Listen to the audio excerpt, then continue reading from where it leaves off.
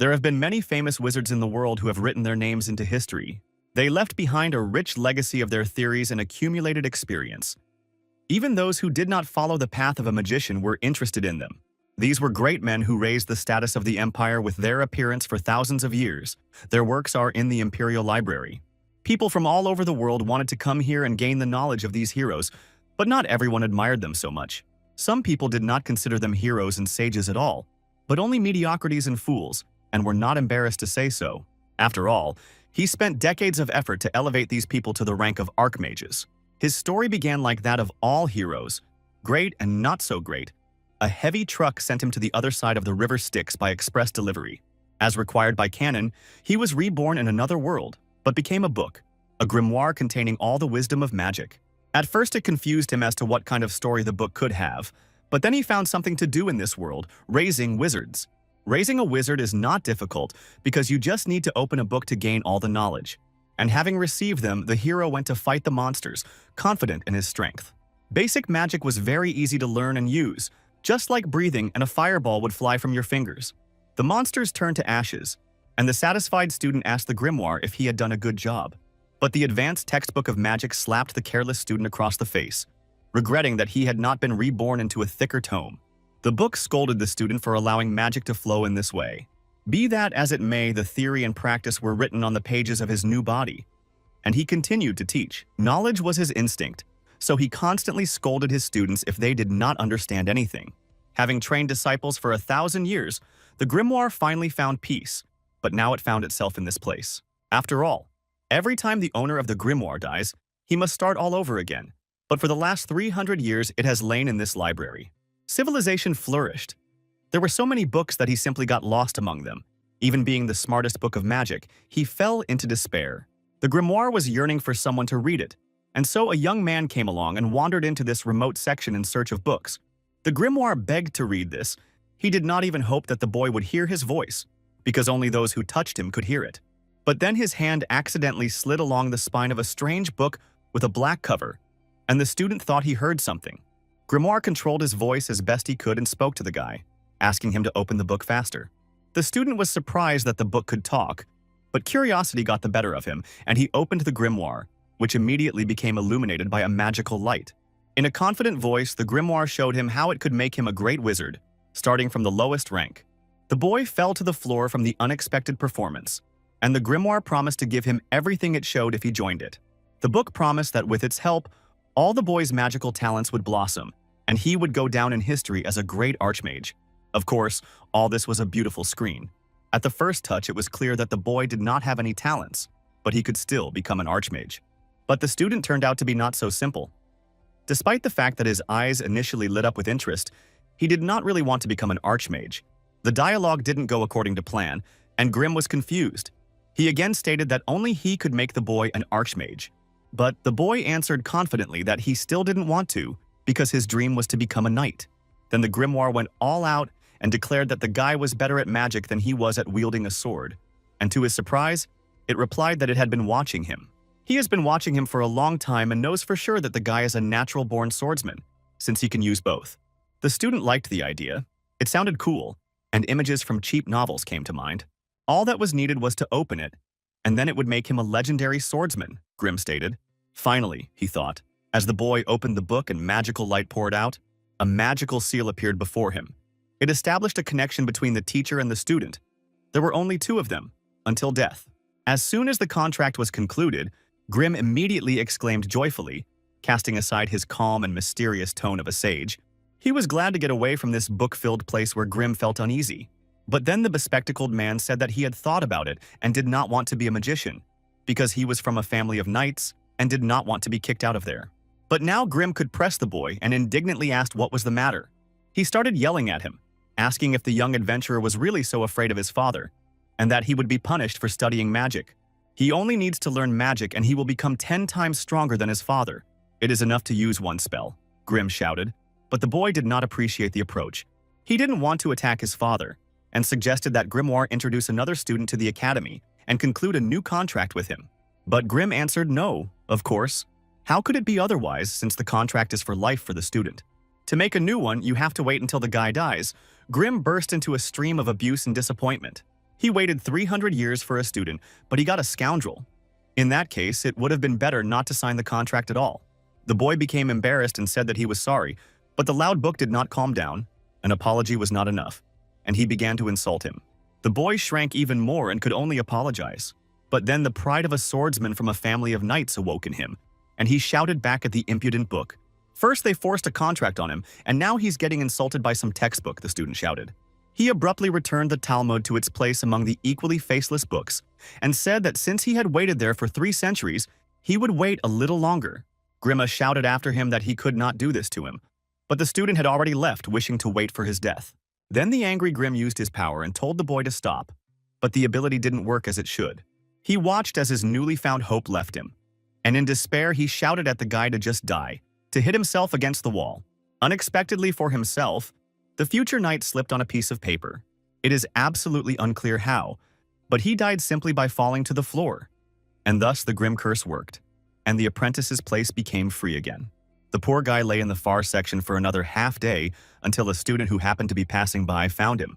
The body was carried away and the library quickly fell silent, and Grimm began to wonder if he could get out of this place.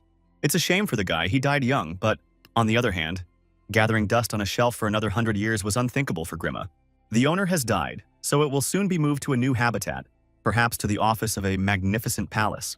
He could have ended up in a stinking slum in an underground passage, or in a bustling marketplace. Grimm would have liked a better place than this. Suddenly he heard quiet footsteps approaching the door and wondered who had shown up at such a late hour. The man who entered broke the lock, and did it quietly and quickly. He did it with a master key. A very unusual academy student, thought Grimm. No one would sneak into the library late at night for entertainment. The burglar wandered between the shelves and persistently searched for something. He walked around all the shelves of the far section and looked through every book. For a second, Grimm thought that they were looking for him. But then it dawned on him that in a minute he would move to another place, and Grimm began desperately calling for the thief, who had already found what he was looking for. He asked so hard to read it that his words seemed to reach the thief, and he turned around. Succumbing to an intuitive insight, the thief jumped straight to the strange book that stood out from the rest. All he had to do was open it. 300 years have passed since he was sent to the Imperial Library, and he got lost here, but today he was already being held by a second student. When the thief opened the book, Grima immediately made a contract with him. The student sat down on the floor and sighed wearily. The thief was tired from all his worries. She had come a long way here, and fortunately she had not been detected by the Academy's magical devices. And now, after she grabbed the book, the image of a young man appeared in front of her. Grimm asked the little one what her name was. Now he needed to figure out who he got. The girl with straw-colored hair and egg yolk eyes introduced herself as Riley. Grimm was surprised that she only called them by their name and asked her last name. But the girl had no other name, she replied. He leaned towards her and asked how she knew where he was and why she was in a hurry, as if she knew he would disappear today. Grimm's voice has found its owner. It is telepathy, which is possessed by those who contact it, or a creature sensitive to magic, like a dragon or spirit. It is all the more surprising that a simple student of the Academy caught such a subtle wave. But Riley stunned him with her answer. She knew nothing about it. She simply heard a voice calling her and asking her to read. Then she wandered around the library, where they were chatting about a strange accident, and she became curious if she could escape from the Academy. Her explanation was just nonsense, but perhaps she was born with an affinity for mana, like a fairy or a magical beast, Grima thought. Among people, this was a great rarity. Sometimes those who possessed crazy talent and potential appeared, and this girl could be one of those gifted ones, Grimm dreamed. Then such a student will become the greatest of all those he has trained. That was enough information for now, and Grimm touched her nose to introduce himself. He is a great grimoire who will make her an outstanding wizard. Later, Riley returned to the dorm. Her room had 5 beds, but everyone had gone home for the holidays, so she was there alone. Riley didn't leave because she had no family or home to return to. Grimm thought, in this world even commoners had a last name. It was strange that the girl didn't have one. He asked her to tell him more about herself because he needed to know his student better. Riley said that she used to have a hard time distinguishing good from bad, and she was a member of the Thieves Guild. They called her the second. And the boy who came before her was the first. For the guild, they were just tools. Back then, Riley simply did what the adults told her to do and carried out their instructions every day. The Thieves Guild isn't the best place, she told Grima. At some point, the adults' looks became strange, so Riley had to kill them to stop them from threatening her. But that wasn't enough, so she eventually had to run away from the guild. Grimm continued for her. Apparently, she had simply encountered a high-ranking mage who recognized her talent and enrolled her in the academy. Grimm now understood how she managed to penetrate the guarded and locked library. At the academy, she also stood out and was a black sheep, which meant she was bullied, Grimm assumed. And Riley replied that only at first. Some guy from some clan helped her, and Grimm ignored these boring details. He extended his hand to her, said that he hoped they would get along, and promised to raise her to be a great wizard. Riley was also glad to meet him, but then there was a knock on her door demanding that she open it. They were her roommates, and Grimm asked Riley in surprise how come they hadn't moved out. Amidst their screams, he asked her again if she was being bullied, and Grimm realized that the story about help was a fabrication. 3 girls burst into the room screaming, and their faces showed that they were furious.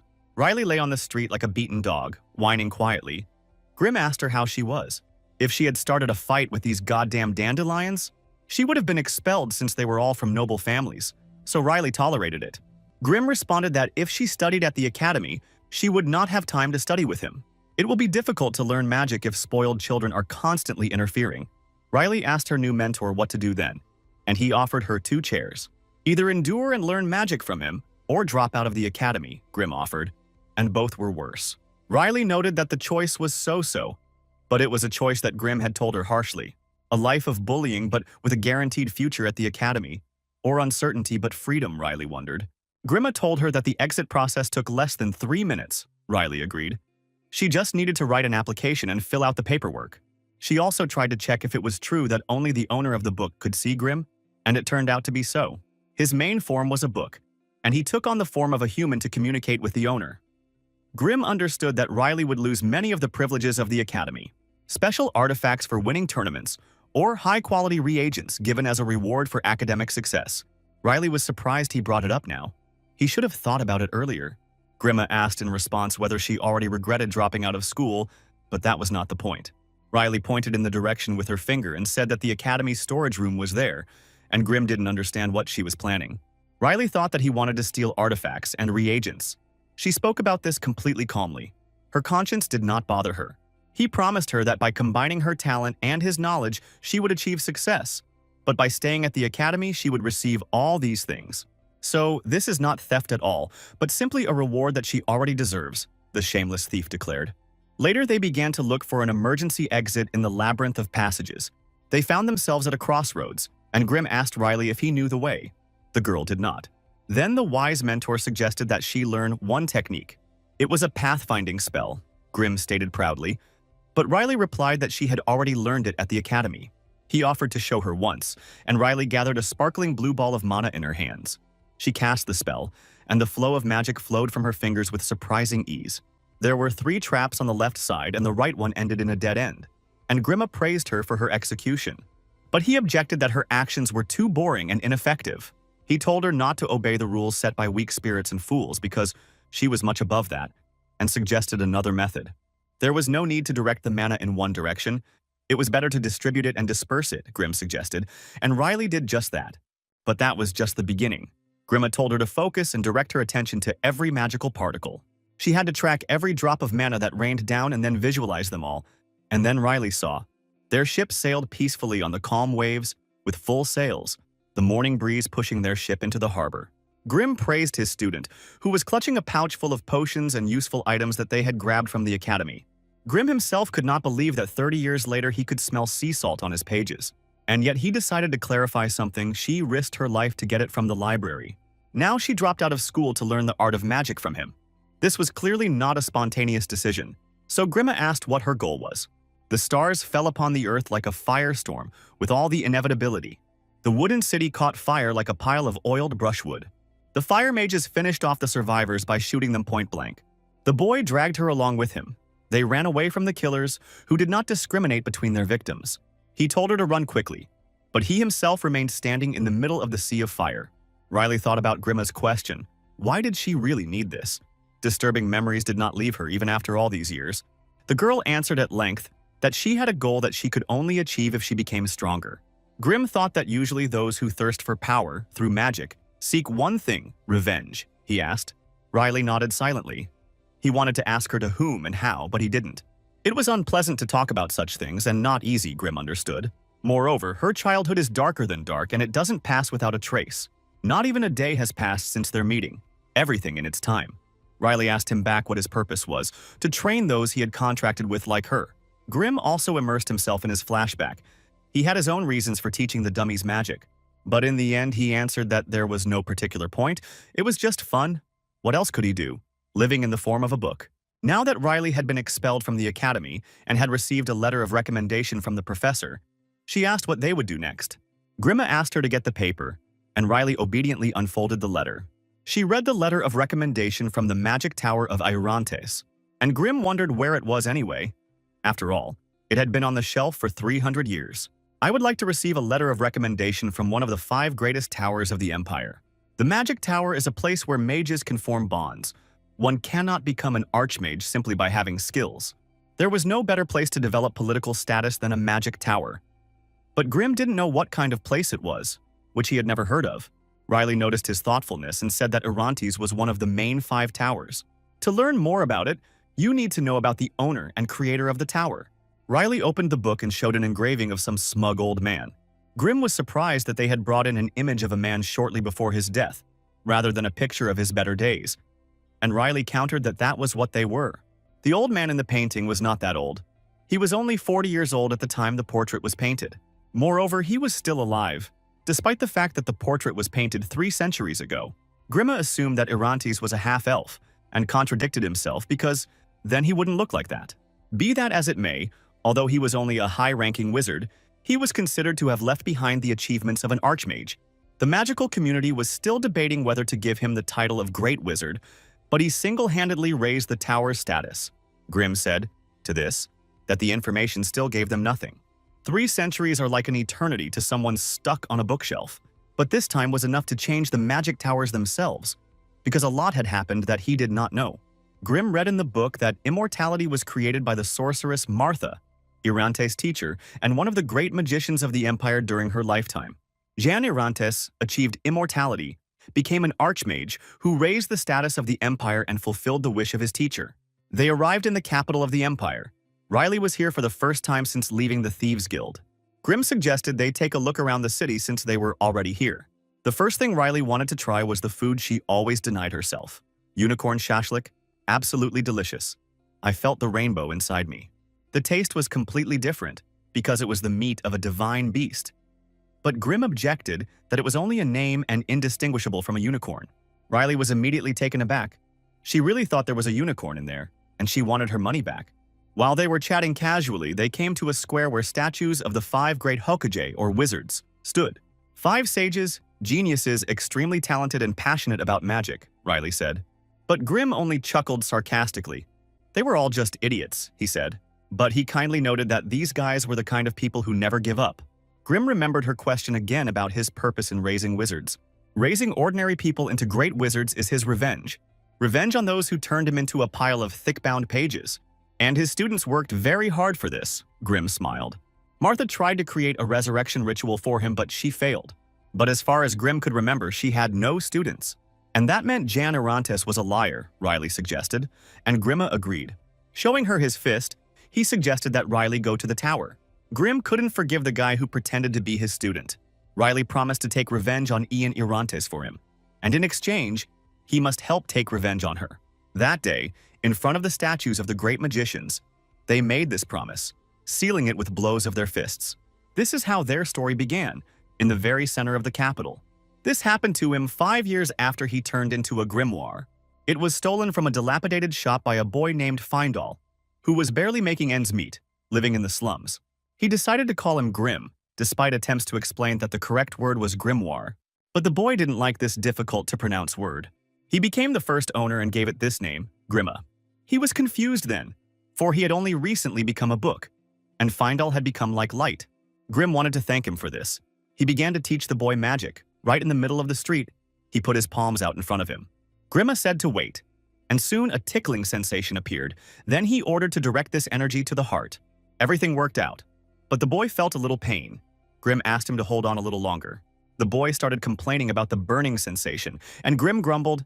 He thought that the knowledge was simply being transferred, but he told him to just continue. But Findall began to scream even louder. He was very hot, and he could no longer maintain control. Grimma shouted at him not to hurry because it was dangerous. But it was too late. The mana hit and the guy started to fall. He fell lifeless on the cold stone in the middle of the slums from which he never escaped. A carriage with a coachman was driving through the forest. It was not the most expensive vehicle, but it was completely inaccessible to commoners. Grim rode in silence, looking out the window to get rid of the unpleasant memories. When Riley turned to him, she realized her mistake. The coachman knew that she was traveling alone and talking to herself would arouse unnecessary suspicion. Now that they had a connection, Grim could add a little magic and amplify his voice, and they gained telepathy. He was talking about kebabs again before, but suddenly she answered him with this skill. Grim shuddered in surprise and asked her not to do that again. It was quite a handy technique, and Riley asked him why he hadn't taught it to her before. But what he really enjoyed was watching her whisper sweetly to him. But Riley would definitely be angry if he said that. But then the girl realized that she could feel his true thoughts through the connection. Grimma changed the subject. If the Tower of Irantes is one of 5, you will need to pass a test to enter, and this cannot be approached lightly. The towers require ready and proven masters. They don't take ordinary candidates. There is a selection process, a realm of meritocracy. In order for Riley to be accepted into the tower, she must defeat countless wizards and prove her powers. Naturally, wizards prepare for the test their entire lives. It's not for nothing that the test is called a graveyard for promising players. But they will take the test this year, Grimma said. Riley was surprised that it was possible to grow to the point of competing with high-ranking wizards. It was simply impossible.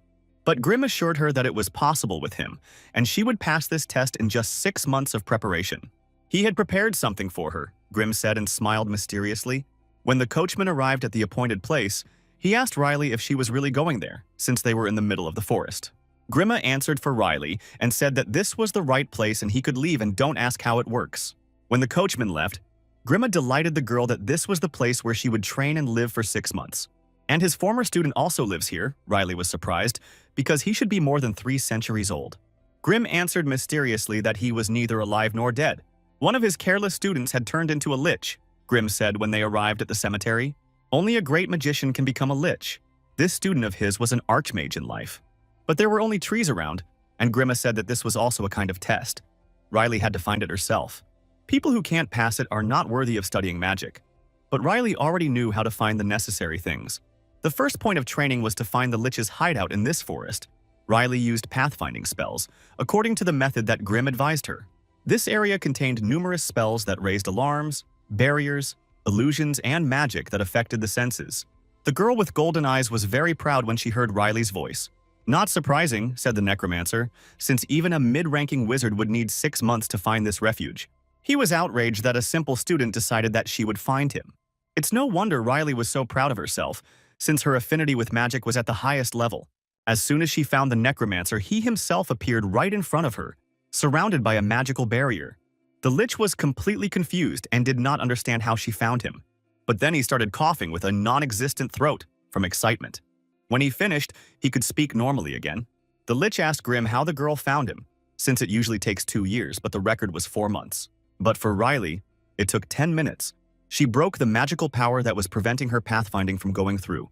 This method was only available to people with superior mana sensitivity, so Lich assumed that she had tracked his spell. And Riley confirmed his guess. She's just a monster, the dead man declared. He led the guest to his shelter, which was guarded by various monsters. Looking at the strange menagerie, Grim thought that his former student had not changed his hobbies. Looking around this bestiary, it was hard to call it a shelter, and the skeleton just laughed. He brought the guests into his modest chambers and even poured them tea, but Riley looked at him with suspicion. Grim asked Lich to hide his energy because Riley was uncomfortable and had to constantly wrinkle his nose. The Lich betrayed the laws of heaven and was cursed by the gods, after which he could only accept the energy of black magic. Thus, he defied death. Since he was already dead, Grim abandoned him here and began looking for a new apprentice, and Riley now understood why. Black magic is prohibited in the Empire. God worshippers, black magicians, necromancers, the Thieves' Guild bought various things from them, and the Inquisition existed to punish them. Grimma asked his apprentice how he was doing, and he replied that he had been sitting there for 2,000 years, ever since he became a lich, so nothing had happened to him anymore. The lich studied magic, curses, and occasionally encountered students of Grim, until 5 years ago, a group of seekers invaded his home. Grim was very surprised that ordinary travelers were able to invade this place. Because of the dark energy, they decided that this place was a dungeon and immediately attacked the lich. So he had to fight, he said, while pouring tea into the void. Grim asked what happened to the poor fellows, and the Lich replied that he had made them his slaves because he was short of hands. "They're right here," said the skeleton, pointing with his knuckles. Jeremy, his right hand, introduced the knight who poured the tea. The Death Knight screamed at Grim, even though the Lich said he was just an adventurer. There was no way a simple poor guy would become a Death Knight. And then something seemed familiar to Riley. She recognized the golden sword and the lion crest worn by the Inquisition. Jeremy was the head of the order and had disappeared after a raid 5 years ago, and the search was ongoing. The Lich laughed sheepishly. He didn't know this. He just killed those who invaded his shelter. At first, dark magic affects the minds of the dead very little, Grim thought. He used to visit him often to check on him, but over 3 centuries he had greatly loosened the reins. The skeleton decided to change the subject and asked why Grim had come here with his student. He replied that this child could learn a lot from the ancient bones, and she was capable. Lich agreed with this. The last student Grim brought was named Marata. Lich immediately remembered the girl with silver hair. They really did have something in common. Grim told Lich about the imposter who pretended to be a follower of Martha, and that they wanted to take revenge on him by getting into his tower. The Lich wondered why he would go to Irante's tower and get into trouble. It would have been easier to go to another tower and take control of it, like the 5 towers that Irantes had pushed back. Grimma agreed that this was a more rational way. But the most fun was destroying everything from the inside, Grim said, and smiled.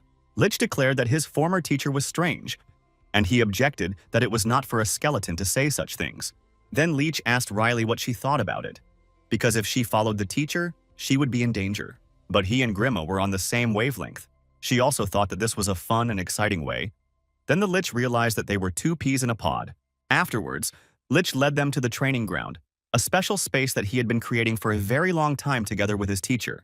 Even for Riley, it would be difficult to learn everything in 6 months. But what if they had 4 times as much time? Riley was delighted with the space they created. Grim began to explain, and said that Riley had 2 advantages over other wizards. Thanks to her membership in the Thieves Guild, she had nimble hands and an innate affinity for mana. From now on, they will focus on these 2 points and 1 spell. Grim showed it to her, and Riley immediately recognized the magic of destroying other spells which did not require protection. Dispel, a simple anti-magic, was a useful skill when used skillfully. It allowed flying fireballs to be converted into elemental particles of mana. Now, Riley had to understand why Grim had suggested training 1 spell. During the selection test, he suggested using Dispel to prevent opponents from using advanced magic, and then use Dexterity to engage the enemy in close combat. Grim praised her for her correct guess. No matter what level the enemy is, you just need to block his flow of magic. The Lich called it a shame. But for Riley, this was the only way to deal with the opponents in the trial, so Grim asked for a favor. But then Riley was surprised that she was being asked to use anti-magic without any explanation. Lich asked if she had learned this at the academy. It was complex magic and wasn't taught until 3rd year, Riley replied. And Lich said it was even better that way. A couple of times is enough to learn, he said, and Riley felt a flow of magic. Grim thought, after all the training they had done. He told Lich that skill also grew from blows, one way or another, looking at the thief spread out before him. However, he didn't understand why her skill wasn't improving. The Lich fired a blast of green magic at her, and Riley met it bravely. But only at first, then she indulged in a shameful flight. She ran away for a whole hour, and Grim began to think that something was wrong with his teaching method. Only 3 days had passed since their meeting. He still didn't know much about her, but he understood that the girl had exorbitant ambitions and also an aversion to failure. When she was in the Thieves Guild, she couldn't bear to fail, and it seemed like she was under similar pressure now. She's definitely afraid of failure, Grim thought, looking Riley over carefully. She noticed his gaze and looked back. For some reason, Riley instinctively ran away. But realizing what he was thinking, she countered that she simply didn't want to experience pain if magic hit her. It turned out that Riley didn't understand the method itself, Grim realized. To recognize the enemy's spell, get to the source, and delve into the technique, detailed steps are needed. But then he said that he had already told her everything that needed to be told, and she should think again. Just now she was panicking because she was afraid of getting hurt, but now she could think calmly. They stood facing each other, and the Lich released his magic at Riley again. The only thing Grim taught her was pathfinding and telepathy, but she didn't understand how to apply it. Riley didn't ask any more questions, and remembered Grim's words at the academy, not to obey the rules of fools. Now she was ready to forge her own path. The magic chain of the spell was like a maze. Riley used pathfinding on it and saw a pattern in front of her. She had already passed through the labyrinths twice. At the academy and here in the forest, all that remained was to apply all the methods one by one. You need to act secretly, as if you were communicating using telepathy. When the magic wore off, Grimm congratulated Riley on his success. 4 hours passed while she stood there trying to solve this riddle, and Riley figured that in reality it had been an hour. But Grimma explained to her that while 4 hours had passed outside, Riley had actually been concentrating for 16 hours. As she fell to her knees, she was surprised at how quickly time had flown by. Grimma said that much more like this awaited her in the future. Riley breathed a sigh of relief. Now she was sure that she had figured it out completely. Grimm was glad to hear it, if that was true. Time really did go by quickly. The seasons changed, and Riley continued training. She fought monsters from the Lich's bestiary and learned how to stop them. So time flew by quickly, and the time for selection tests arrived. After long and hard training, she managed to reverse the Lich's magic and spent 2 years here. Grimm was now confident that Riley could handle any mid-level mage. Lich praised her for her work and told Jeremy to cook a delicious dinner. Grimm praised the hospitable skeleton. He also showed himself to be a good fellow. Grimma said they needed to work on their attack some more, but then Riley saw the piece of paper. They read its contents together. A plan for world domination. Step 1 to create a Death Knight. Step 2 to create a chimera that wields magic. Riley and Grimma looked reproachfully at the Lich, who had been lying to them all this time. While he was gone, the Lich had tried to take over the world, Grimm realized, and became terribly angry. The Lich began to justify himself by saying that he did not want to conquer any world, only a small city nearby, and make it his kingdom. Grimm grabbed his head. This explanation made things even worse. Leech tried to put on a casual face and say that everything was fine. He hadn't caused any trouble. And while the Lich was thinking about his plan for conquest, snow lay in the north of the empire. It crunched merrily under the feet of the beauty with lilac-colored eyes, and behind her back someone was preparing their plot. Despite this, she walked completely carefree, without fearing anything. The attackers, sitting in the bushes, considered her to be careless and weak prey. They jumped out of the bushes, shouting that it was dangerous to walk along this road alone. The villains were not going to leave the girl alive because the one holding the bow in his hands immediately released the bowstring. They saw an arrow pierce the girl's fragile body. When she fell into the snow, they began to search the contents of her pockets and found many valuable things there, things that could not be found in the dungeon. They were completely engrossed in studying the loot. But then one of the scoundrels called his boss. He replied with displeasure that he was busy, but the hanger-on insisted that he should take a look anyway. In the distance, on the white snow, stood the girl they had killed and smiled sweetly at them. At the same time, the robbers saw how the treasures and the body of the murdered woman disappeared, as if they had never been there. They immediately realized that there was a magician in front of them and froze with fear. The leader ordered them to raise their swords and said that they would definitely defeat her, because there were more of them. There was just a fragile girl in front of them, he thought, when the mages struck them. The leader saw his dead comrades and could no longer move, and the sorceress touched his face. She smiled at him again kindly and said that since they had crossed her path, they had to pay for it. Later, a carriage was driving along the same path. An old man with a cane climbed down to examine the bodies of the dead and immediately understood what had happened. The bandits had met a magician. The battle, if this massacre could be called that, happened 5 hours ago. The old man said to tell the guards when to return to the city and to continue on. He assured his fellow travelers that there would be no problems as long as he was there, and they believed him. When the old man took his seat in the stagecoach, he noticed a girl with a boyish haircut who was sitting opposite him. He turned to her and asked why she was going to Windhelm. Riley honestly admitted that she was going to take the 5 Great Towers selection exam. The old man warned her that she was going to certain death, that all sorts of wizards flock to the selections, and many different tragedies happen. There are some real lunatics who think that exams are a legal place for murder. She should have the skills to protect herself. It was commendable that she had already reached her level at such a young age, but the selection test was more than one could imagine, the old man warned. Riley thanked him for his sincere advice, but had already made up her mind. The old man nodded in disappointment. It looked like this year would take another talented magician, he thought. Grimm snorted that the old man was saying something nonsensical, and Riley agreed.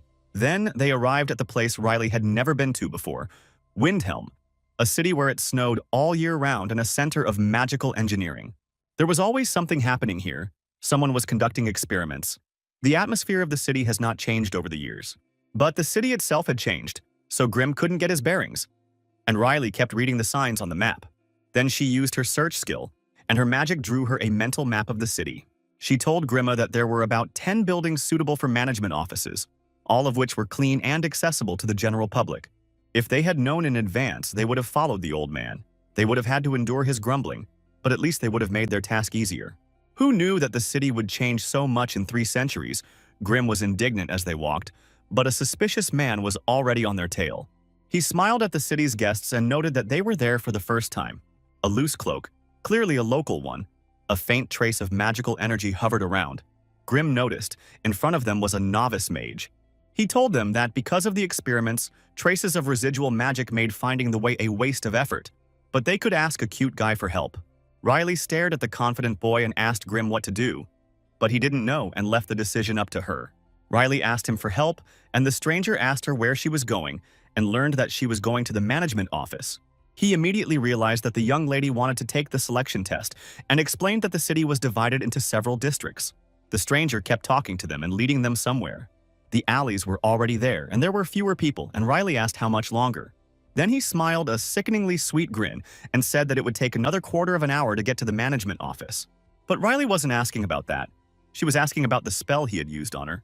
When the stranger did not respond, she explained that she was talking about his spell. Then he stopped pretending to be cordial and asked when she had noticed. Riley said she saw it all from the very beginning, from the moment they met. He put strange emphasis on words. He used intonation and put magic into his words. This is the first step in creating magic. The man bewitched Riley using a charm, and when he realized he had been exposed, he burst out laughing like a second-rate villain. The stranger asked why she followed him if she knew everything from the very beginning. Grimm realized that the spell had to do with paralysis. If it had been carried through to the end, she would have been paralyzed, possibly to be sold to dark mages or slave traders. In Windhelm, this is a common occurrence, with children often becoming victims, and there are those willing to pay well for the test subjects. But Riley followed him anyway, because this man didn't look like someone who could harm her. This hurt the pride of the swindler. She acted so arrogantly in front of him because she had reached the lowest rank at her age, and he decided to teach her a lesson. Doesn't she know that even among the lowest ranks of mages, there can be a huge difference in strength? The swindler asked. Grimm agreed with the blockhead. Even though he didn't hear him, Riley was heaven compared to him. She asked the scammer how many people he had already kidnapped, and it turned out that she was the 13th. The scoundrel boasted that all this was because they fell in love with his smile, because he looked good. The torrent of bragging and narcissism nearly left Riley and Grimm speechless. Grimm was making faces, and Riley just agreed with the idiot to shut him up. And then she told him that women really do cry because of him. They actually sob at night. And how could they not cry if he was a monster and a proud man who summoned the magic of flame? A spear appeared before him, with which he awakened the properties of flame. Even though he's a newbie, he has good control over his power, Grimm noted. Meanwhile, the kidnapper continued his incredibly long casting of the spell. In that time, he could have made himself some tea. Perfect for practice, Grimm said with a satisfied grin. He threw his fire spear straight at Riley's head, who stood motionless. She looked indifferently at the dancing flame that was approaching her. Thanks to her training with the Lich, her mind became sharper, and she mastered accelerated thinking just by sending magic into her brain. Riley read the spell diagram mid-flight, like an open book. And then, completely calmly, she used dispersal, as she had done thousands of times before. The scammer asked her in amazement what she was doing, and Riley replied mysteriously, "Who knows, that's the difference in their powers." Her attack was different from the criminal's spell, a simple mass of magical energy, without rotation or technique. However, this stream fired indescribably quickly. No loud phrases or long casting, simple and effective. A true magic bullet, the kidnapper received a crushing blow and flew into the wall. Riley thanked him for the valuable lesson as his body slid limply to the cold ground. Thanks to him, she learned a valuable lesson. Just because you have a high level of magic doesn't solve all your problems. Everything depends on talent, Riley realized. And then he turned his gaze back to the kidnapper and asked Grimm whether he had died by accident. Grimm himself couldn't believe his eyes, but he didn't make a big deal out of it. He still hoped that he would wake up, but a nasty grin remained frozen on his face. Later, they walked around each of the 10 buildings, and unfortunately, the office was in the last one. It was already getting dark. Even though Riley checked everything constantly using pathfinding, it didn't help at all. Oddly enough, none of the residents knew the location of the office. There was a bright sign in front of the building, and Grimm was surprised that she hadn't noticed it right away. But there was nothing to be done, since they had deliberately tried to hide the building. Grimm asked her to mark on the map all 10 buildings that they walked around. A pentagram appeared on the map. The entire city was used as a magic circle, with special devices placed in each building that activated the circle. Riley wondered why they did this, and Grimm replied that there was only one way to find out. As they entered the spacious, empty office, The woman sitting in the chair turned to face them. She smiled warmly at Riley and congratulated her on passing the first stage of the selection test. Riley was given a seal on her hand and was told that this mark proved that she was a candidate for the test. The bearer of it could use Windhelm's services free of charge until the next test for a week, and in the meantime she could rest. Riley was surprised that the first test was so easy. Even though they had to walk, it wasn't difficult. The building wasn't on the map and was difficult to find with spells, so it was all a challenge. Overcome various obstacles, find 9 buildings, and only then can you reach the 10th. For other wizards who were less skilled at pathfinding, it was pure hell, Grim thought. The red-haired lady warned Riley before leaving to avoid conflict with the other participants in the challenge. Grimma explained to her that there was nothing wrong with that, because there were plenty of fools who bullied others to find out the level of their opponents. And although Riley thought that this did not apply to her, Grimma warned that she might encounter provocateurs. But then they both felt something and stopped. A pinpoint aura was directed at Riley. It was a familiar magical power, the same feeling they had encountered on their way to the city. Grim said that this is the culprit of all the murders, and his intentions can be felt from a distance. He offered to track him down to Riley, and she obediently did so. Having abandoned her vision, she looked at the world through magic. Her mana beams quickly found the corner where the killer stood, watching Riley. Riley asked what she should do, and Grim asked her if she could win. The girl was confident in herself. Then she must prepare her defense as best she can, he said, and a red flash appeared right in front of Riley. She looked at it, thinking what to do, disperse it, or just dodge it by turning her head, but the charge was flying too fast. Riley cast a double spell, blocking the flash while preparing a magic bullet. The shield will quickly break, but will allow her to avoid the blow, and at the same time prepare a strike while the killer thinks that she will only defend herself. But then Riley found there was simply no room to attack. The enemy's barrier was impenetrable, and her magical attack did not weaken. A red flash pierced her shield, and Riley didn't have time to move her head away. It was the end. She started as if she had seen a nightmare come true, and was breathing heavily. Her face was still in place. Riley stood in the middle of a busy street, completely unharmed. She looked around, completely confused about what was happening. The killer was nowhere to be seen. Mental battle. Riley heard a soft female voice next to her. A situation that occurs with special concentration during a battle. You need to find your opponent and sense his murderous intent. The stranger removed her hood and asked if Riley had just seen her death. Grim noticed the same inverted pentagram pattern on her hand. She was a participant in the test. The horrible scene of carnage that this woman had left behind flashed before their eyes. Grimma told Riley to be careful. There was no telling what to expect from her. Despite the stranger's sweet smile, Grim considered her a psychopath. There are no normal people among those who use magic to kill.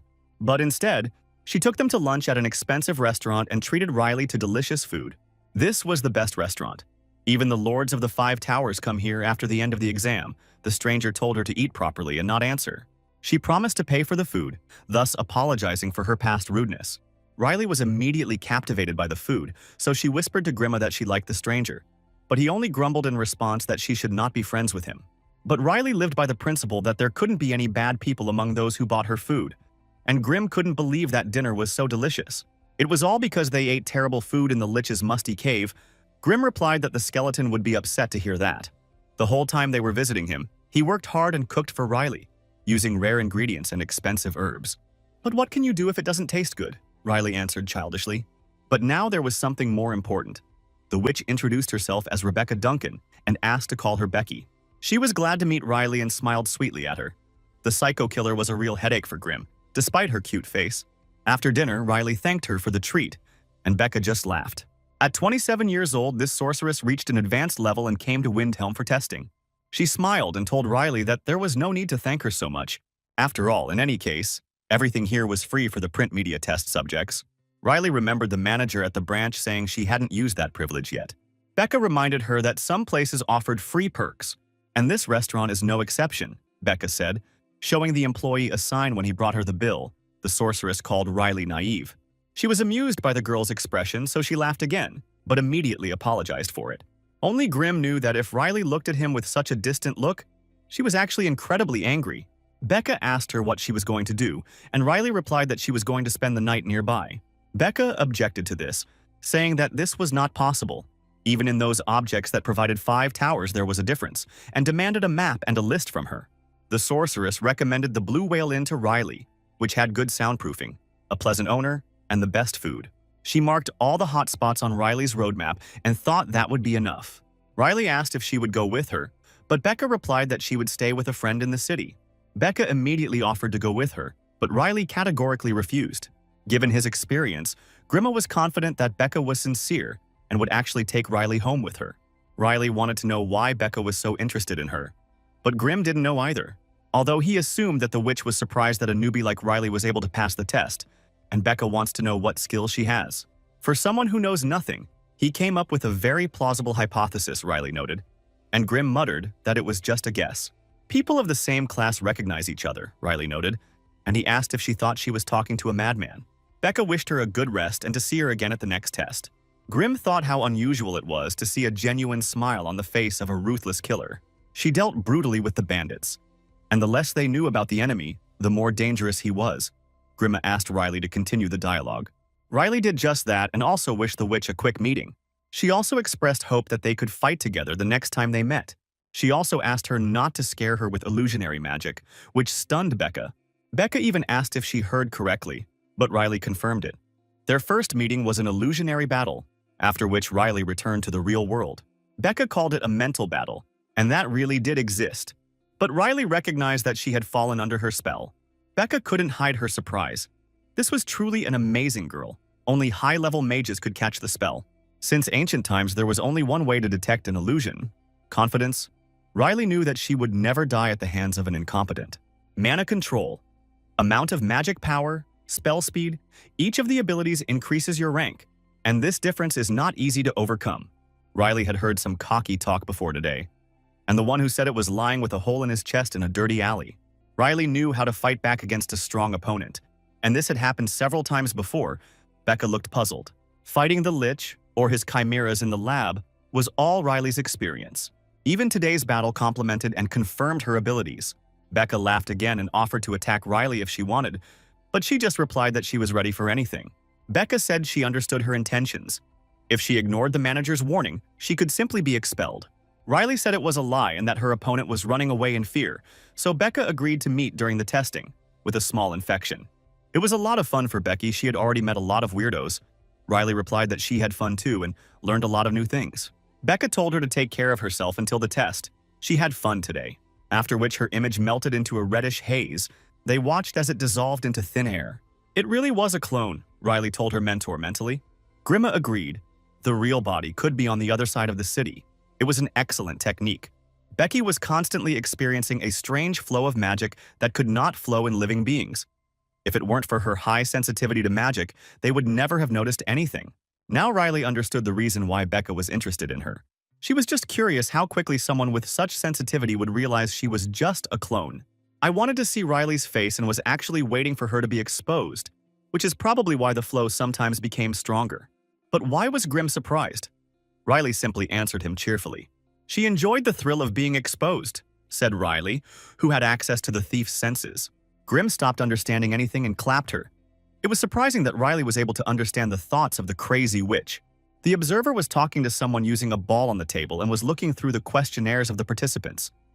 His student was also among them in this test. The red-haired manager told her junior to put the memories aside and move on.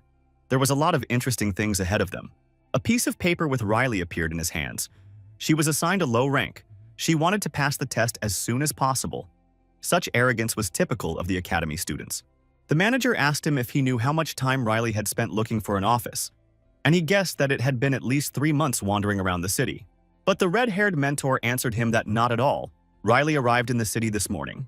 This means that it took her only half a day to find the managing office. Becca was the fastest to do it. It only took her 4 hours. She used 20 clones, which turned the whole city upside down.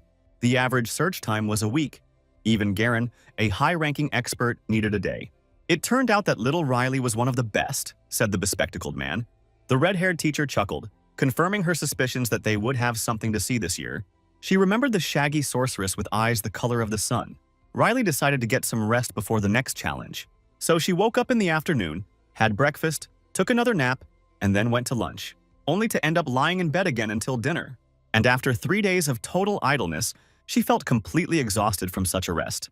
Then Riley dressed up and decided to go for a walk, as Grimm advised her. She had to spend some money because these clothes were expensive, but she still had some money left over.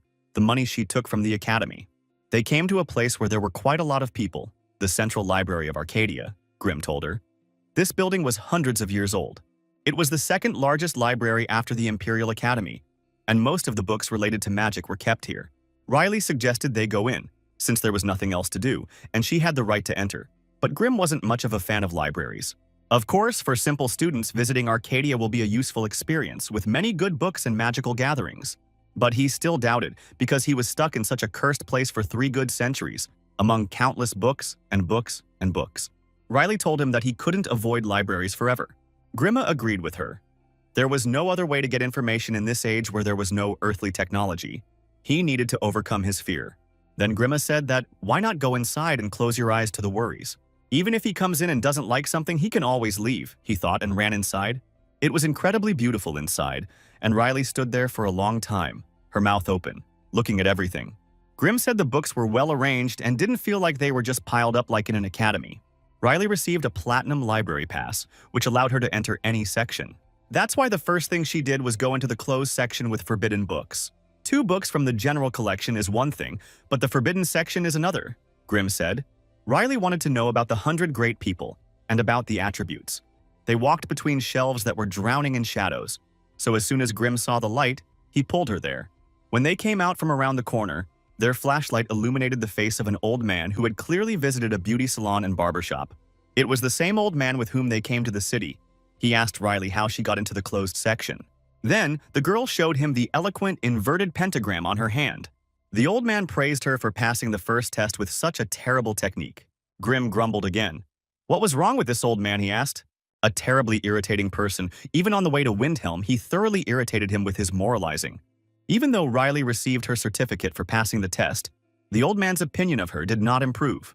The old man from the barbershop looked at her and told Riley to surrender. The test will be far more brutal than she thinks, and the moment the smell of blood spreads, everything will turn into a massacre for the sake of rivalry. A wizard who has practiced for years may still survive, but for an inexperienced beginner, this is a deadly test. He offered to test her later, and Riley replied that she appreciated his concern, but had already made her decision. The old man said it was stupid, but as befits young people, she was full of energy. Riley replied that people liked her for her courage, but he said that she was talking nonsense. There was no courage in recklessness. Then the old man decided to show himself, and the flow of mana around him intensified. He challenged Riley to a duel, his eyes gleaming menacingly in the dim light of the library. If she wants to pass the test, she has to fight him, the old man from the barbershop said. Riley didn't understand what he wanted or why, and the old man said that this was an unusual competition. He would not attack, and he promised to give Riley 3 tries, the old man said confidently. If he moved even 1 step, victory was hers. If she could give him a good fight, then she would pass the test, he believed. Grimm reluctantly agreed. There was sense in the strong old man's words. He immediately recognized in this fashionista a high-ranking expert, of whom there are no more than 50 on the continent. Among those passing the selection test, he could be the strongest. Grimm suggested that Riley deliver a good blow and show his abilities. Riley asked the old man what would happen if she didn't land a good hit, and he then assured her that he wouldn't let her participate in the test. When she asked how exactly, he promised to simply attack her with all his strength. Although he just said that he wouldn't attack, what a crazy old man, Grimm was amazed. The old man told her not to worry. He wasn't going to kill her. He was just going to break her legs so she wouldn't pass the test. And then they both thought they had met another crazy person. Greybeard asked her why she was making that face, and Riley replied that her pride was hurt. The pensioner asked her in surprise if she wanted to fight without restrictions, and Riley nodded. With a heavy sigh, the old man agreed and asked her to take the book out of her bag. Grimm didn't understand why he needed a book, but the old man had already taken one of them, about the 100 great people of the Empire. It was a good book. Almost without distortion, he said, leafing through it.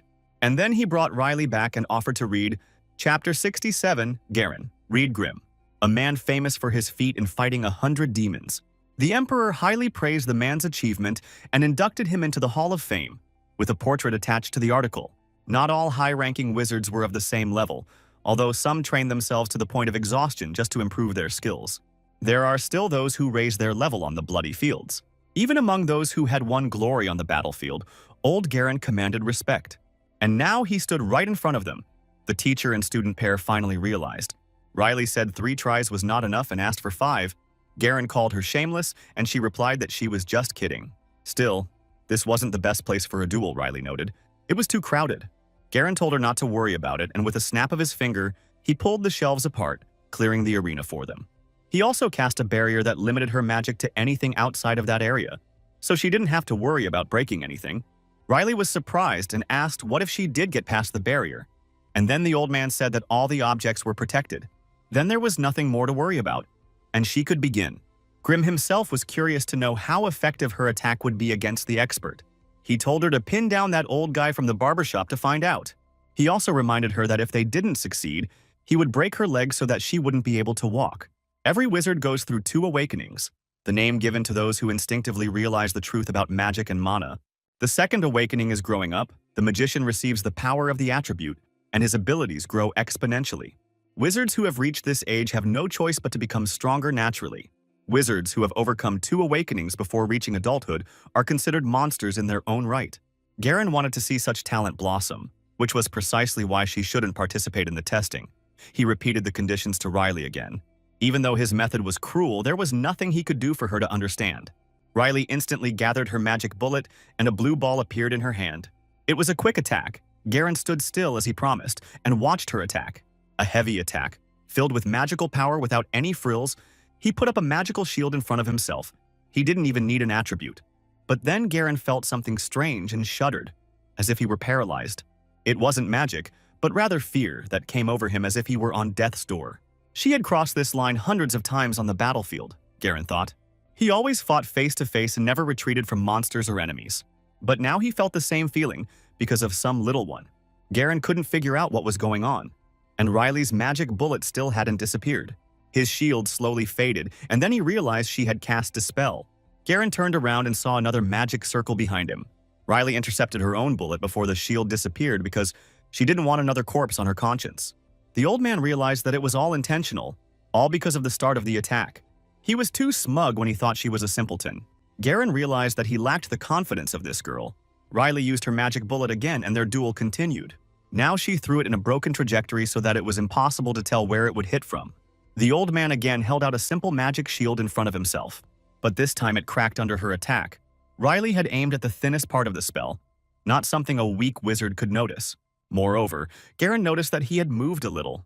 Riley had a great affinity with mana, allowing him to find holes in his opponent's magic and understand techniques to exploit weaknesses. This girl was definitely being helped by an archmage, Garen realized. The duel was over. These were definitely not the skills that a simple student could learn. Riley was definitely a genius, easily overcoming the differences in rank. Garen had no choice but to admit that this little girl would survive the selection test. Riley approached him and said she had one more try, and Garen asked if there was any point in continuing if everything had already been decided. Her second attack made him move, so as he promised, he would not interfere anymore. After which the old man sincerely apologized for his presumptuous intervention. Riley asked him if he knew the girl hadn't removed her charge. She knew her attack had taken effect, and Garen asked why he wanted to use the next one. As he told her, she had 3 attacks, so she asked him to take a defensive stance. The old man didn't know what to answer to this. Riley seemed to have become possessed.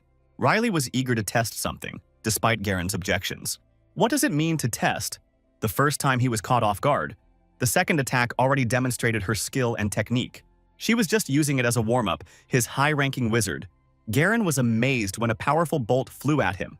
She's crazy, he realized, looking at the sphere of mana flying towards his face. But Garen was not hurt, as expected. High-ranking wizards come in all shapes and sizes, and he praised Riley for his unusual attack. If she had more magical powers at her disposal, his life would definitely be in danger, Garen said, and handed Riley a handkerchief. The technique is good, but it still lacks power, Grimma explained to her. This was natural, because the magic that Riley used had not yet gone through its second awakening. All that could be used without the attribute was to create anomalies using technology. This method helped to reflect the blows, and it turned out that even a high-ranking magician was picky. As they left the hall with the forbidden techniques, Garen asked that their competition be kept a secret. Then the couple remembered the manager's warning to avoid conflicts. Riley replied that she didn't understand what he was talking about because she just read books. Garen asked her where she was staying and learned that she was at a hotel that a friend had recommended to her. Garen heard about the Sky Whale Inn and suspected that her acquaintance was not a very good friend. And Grimma agreed, she was quite the psychopath.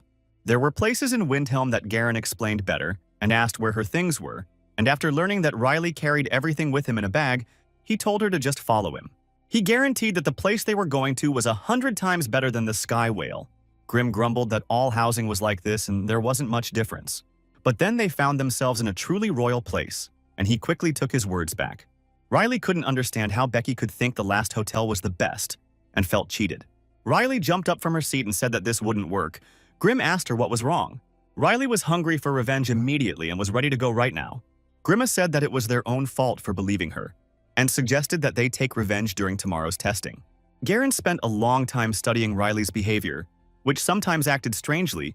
He asked her what was wrong, and she replied that she was just feeling dizzy. She later told him that she had been dating Rebecca Duncan. Riley was surprised that Garen knew her, but it was rather strange not to know her, the mage noted. He had already told her that some people thought that tests were a legitimate place to kill. And crazy Rebecca is just such a sorceress, warned Garen. Last year she was expelled from the test, precisely for excessive killing, and before that she killed the administrator. She usually restrains her urges but satisfies them by passing the test every year. Grimm said that it was not for nothing that the sorceress was considered a maniac. But Riley asked him why the 5 magic towers were leaving her alone. If the person is so dangerous, then she could have been removed at the test application stage. Grimm explained that it was easy to understand. They turned Becca into part of the test. Riley encountered a notorious serial killer, much to her misfortune. Worse, she could now become her desired target. Grimma asked her how she would act now. Later, Garen led them to the place indicated by the magic seal. The second test would be here, he thought. It looked the same as the first office. Garen invited them in and pushed the doors open first, Riley following behind him. When the doors opened, they lit up with a red magic circle. They were overcome by a feeling they had known many times before, a teleport that transported them to a spacious hall. It was the Imperial Palace, which was stunning in its decoration, and they looked at the empty throne. But this was not the palace that Grimm remembered. Everything was somewhat different from the Great Hall. It was a historical place where artifacts, treasures, and books were kept. The relics were protected by guards and numerous traps. Among all the dungeons, these were considered to be the most difficult. While Grimm grumbled about such a dangerous place being a test, Riley noticed that the old man had disappeared, and he quickly found the old dandy in the crowd, his patterned cloak standing out from the others. But when Riley was about to call him, Rebecca pushed her in the shoulder. She was glad to meet them and that they met right away. She asked how she was doing and if she liked the whale's treat. Riley answered discontentedly that she did not. Rebecca feigned regret and asked if things had gotten any worse. She was openly mocking her, Riley realized, and asked if Becca had been there herself. Riley said she was staying elsewhere for the remaining 3 days. Of course she was lying, Grimm realized. Riley had been there 2 days instead of 3. But then something behind them caught their attention and they turned around. Representatives of the 5 towers appeared there, wearing white cloaks, and greeted them. They promised to tell everyone about the second stage, and Becca sighed indignantly at being interrupted. She warned Riley that she would come first in the exam and make her regret that provocation last time. But Riley simply ignored the psychopath, and she walked away, indignant.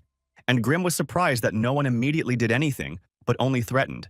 The second challenge is a team competition in which 42 people will be divided into teams of 3 and compete. The teams would be determined by chance. Becca immediately grimaced. She liked to work alone. All of them must pass through the second gate of testing. They were given 30 minutes to greet their team members, and when it dawned on them, the atmosphere became tense. Riley mockingly told Miss Becca that, although it was a pity, they would have to fight another time. Grimm was quite puzzled by this. It was sad to be on a team with a psychopath. There was nothing to be done now, and Riley told him contentedly that Becca had miscalculated. Grimm had warned her that anything could happen to this freak, and Riley thought she might still get attacked.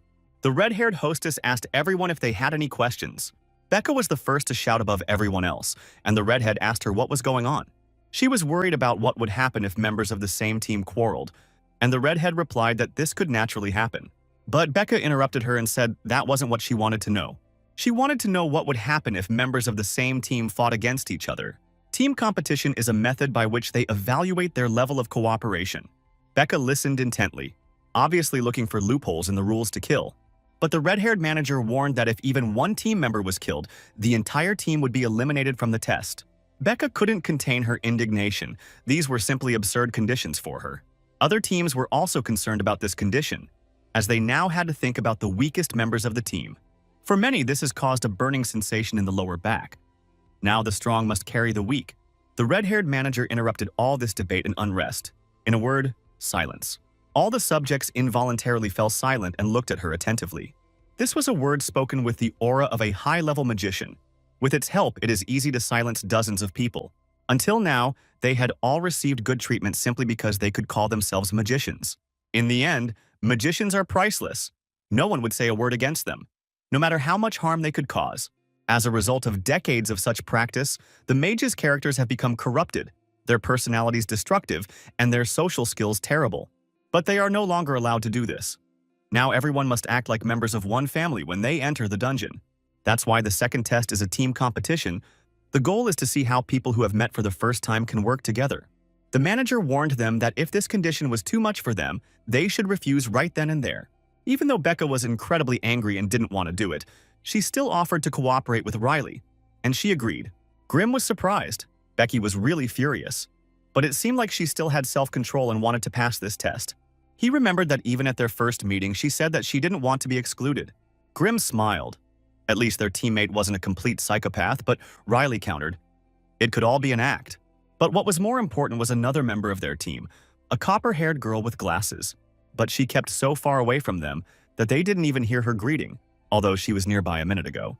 The redhead was embarrassed and said that she loved ancient magic and did not know what else to add to her presentation. Becca suggested starting with the name. Then the red-haired girl introduced herself as Olivia and told them that she was from Arcana's school. Becca screamed loudly when she heard the name of the school, so much so that Riley had to cover her ears. Becca made a scene, calling the Arcana school a bunch of idiots who know nothing but ancient magic, and even Grimm agreed with her. These people study ancient magical systems, more because they are chasing romance. Stories from fairy tales like grinding a mountain into powder, dividing the sea in two. Those who chase after such nonsense are called myth seekers. However, Grimm was surprised that they still existed after 3 centuries had passed. In any case, they now had a sociopathic killer on their team who couldn't control his anger, and a social outcast who knows useless ancient magic. And Riley, the thief. The dream team, Grimm thought and grabbed his head. Later, Old Man Garen approached her and asked how she felt after using the teleport. Riley replied that there was no problem and asked the old man if he had a good team. The old man said that he was satisfied with everything. Thanks to the first test, everyone here was a first-class magician. He wanted to know about her team, but one look at the troublemaker Becca was enough to understand that it was fun here. Riley stayed away because it was too noisy. Garen himself was amazed that Rebecca and a mage from an ancient school would be on the same team. It was difficult to understand whether this was luck or bad luck, he said. Grimace said that it doesn't matter what Becky's reputation is. She really is a powerful mage. The problem was how she would act when the test began. The betrayal, the outbursts of anger, whatever. Olivia, on the other hand, was an expert in ancient magic that had little practical application, so she had no experience. The fighting force of their squad was Becky and Riley. While the rest had 3 fighters, Grimm was becoming pessimistic. But now they could do nothing, because they had chosen this test themselves. All they could do was endure it steadfastly and resolutely. Besides, Grimm noted, they weren't the only ones having difficulties. The rest found themselves in exactly the same situation. They don't know who they will be working with. Grimma said they must overcome these difficulties, find their team's strengths, and cooperate. And to start working as a single whole, this is the essence of the second test. Of course, it was expected that working with such abnormal people was simply unreasonable, he noted, looking at the arguing couple. Garen told Riley that he had to go, and he was glad to see that she was okay despite his concerns. It wasn't until he left that Riley realized they were now enemies. But she was confident they would pass the test and achieve the results they wanted. Grimm gave her a reassuring pat on the shoulder. Riley was sure of it too. When the time was up, the red-haired manager asked them again if they had finished their greetings, after which she opened a portal and said that this was the entrance to the ruins where the test would take place. Then she showed them what the artifacts and treasures looked like. The ball in the assistant's hands emitted a beam of blue light at her will. Becca didn't immediately understand what appeared on the blue screen. The red-haired manager explained this to them as she pointed to a golden robot in the form of a cat. The test lasts for 24 hours and there are 2 ways to take it, she said. The first way to get a golem core from a cat, by the end of the test. The second condition is that all team members must remain alive. Grimm immediately figured out the whole arrangement based on these conditions.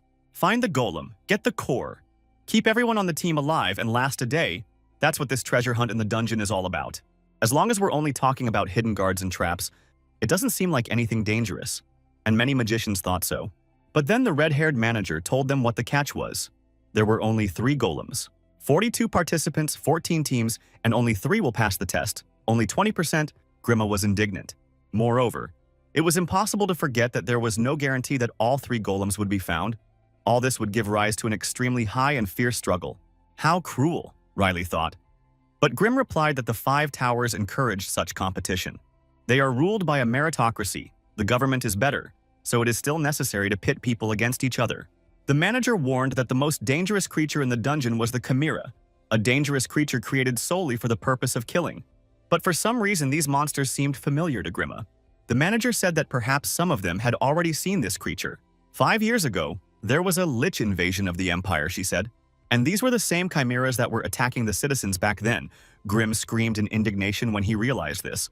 As soon as they enter the portal, they will be thrown into a random place in the dungeon, along with their entire team. Even though the test was not easy, the manager wished them to enjoy it and gain the glory of the 5 towers. At this point, she invited everyone in and announced the start of the second test. Somehow, Grimm ended up becoming the mastermind. More importantly, the place they found themselves in was damn huge. It felt like they were dwarves in the middle of a giant's palace, Grimm said. They all perked up when they heard the eerie sound and looked in its direction. A giant guard walked down the corridor. His arms and legs were bound with chains so he couldn't run. But with his height reaching the ceiling, there was no need for it. Riley was amazed. The creators of this test clearly used the wrong words to warn them of the danger. The word obstacle did not reflect the full horror of what lay before them. Riley thought that after moving, they needed to avoid the monsters and just look for the golem. Grima agreed. Apparently, they were thrown into the red zone, the most dangerous, he said. Every one of his 1,000-year-old instincts screamed at him not to touch this guardian. It would take 3 or 4 masters of Garen's level to even try. Who in their right mind would provoke such a monster? Asked Grimm. But then Becca suggested fighting this monster, and Grimm remembered who exactly they were on the team with. But when Becca was already moving towards him, Riley grabbed her hand tightly and told her to wait. The monster was beckoning her. Riley turned to Olivia and asked her to help her hold Becca, but she kept breaking free. Riley stood her ground. They didn't even know how strong this monster was. Becca replied that she would find out just by fighting him. If they fought and lost, they would die. And even if they miraculously won, they would gain nothing from it. Riley reminded them of common sense. But Becca said that great power was needed to use it. Of course, no one believed her, despite the talk that fighting and defeating a strong enemy is the meaning of a magician's life. No sane person would ever start a fight with this monster unless it was crazy Becky. Why are they all battle maniacs like Becca? Grimm wondered when another team appeared. Becky kept grumbling that they were just wasting their chance.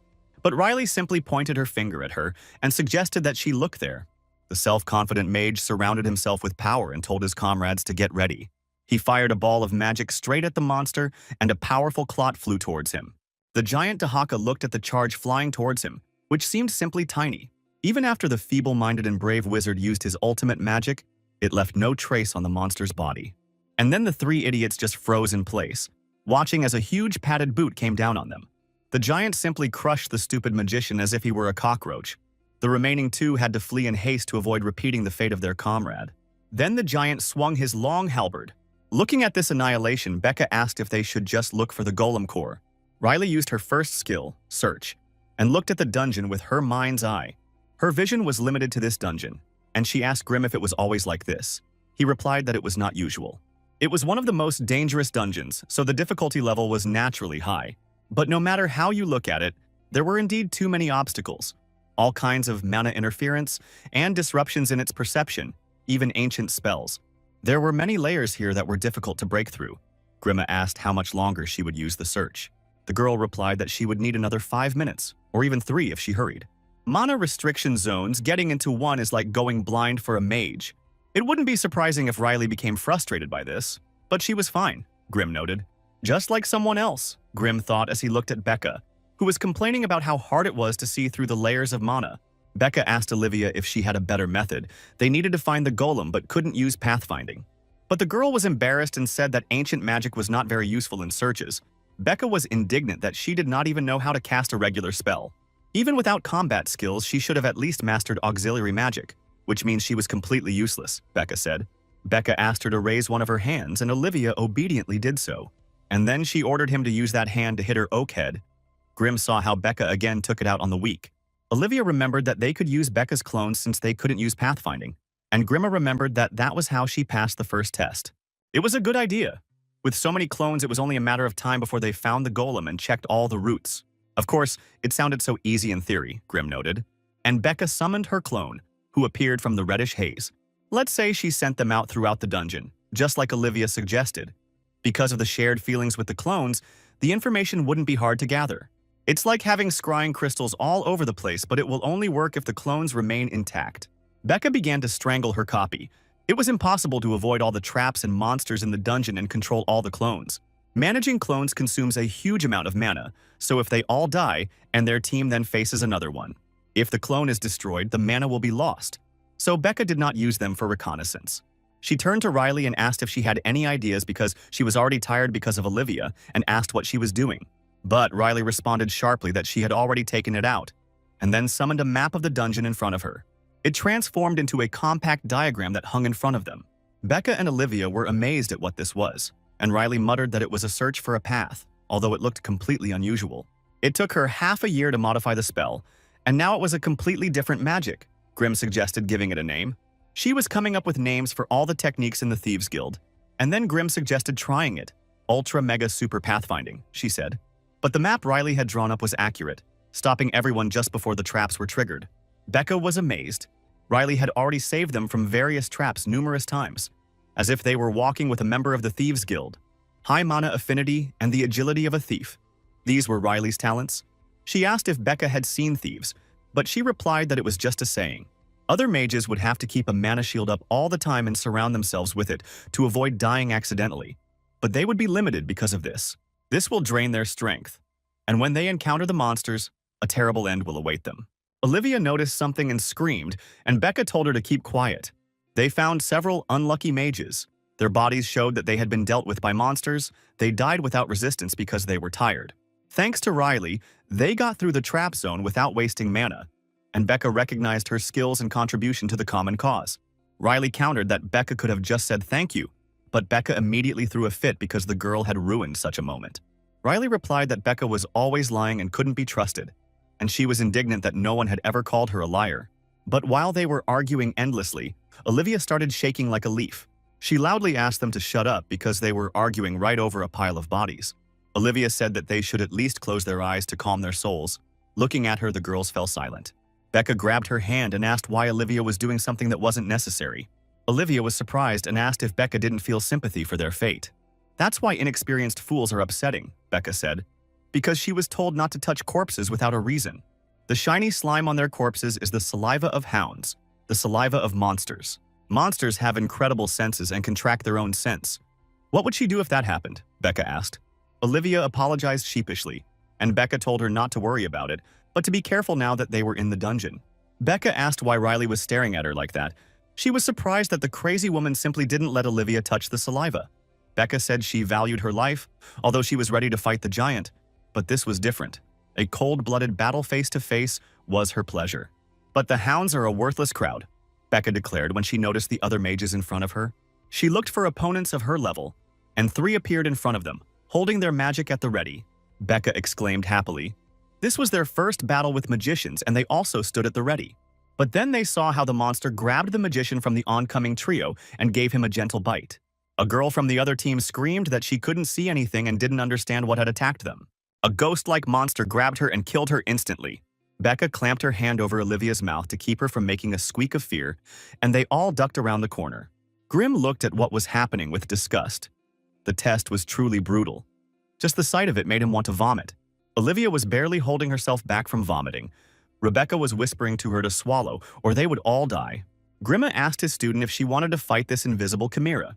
The girl looked out from around the corner, where only by the bloody splashes could one understand that there was a monster there. She asked Grimm if she should do it, although there was no one nearby who could stop them. Moreover, as the monster ate, its body gradually became visible, she noticed. Excellent, said Grimma. Time to stretch a bit. Riley asked Becky to stop hiding and show herself right now. She used to say that she was looking for thrills, and now is a great opportunity. The girl smiled at her. Becca clearly enjoyed this conversation and was immediately drawn into the excitement. When they emerged from their hiding place, the monster interrupted its gruesome meal. Grimm exclaimed, "Great, let's go," as if he was also taking part in this. The monster growled. Maybe she was trying to warn them about something, but no one understood the animal language.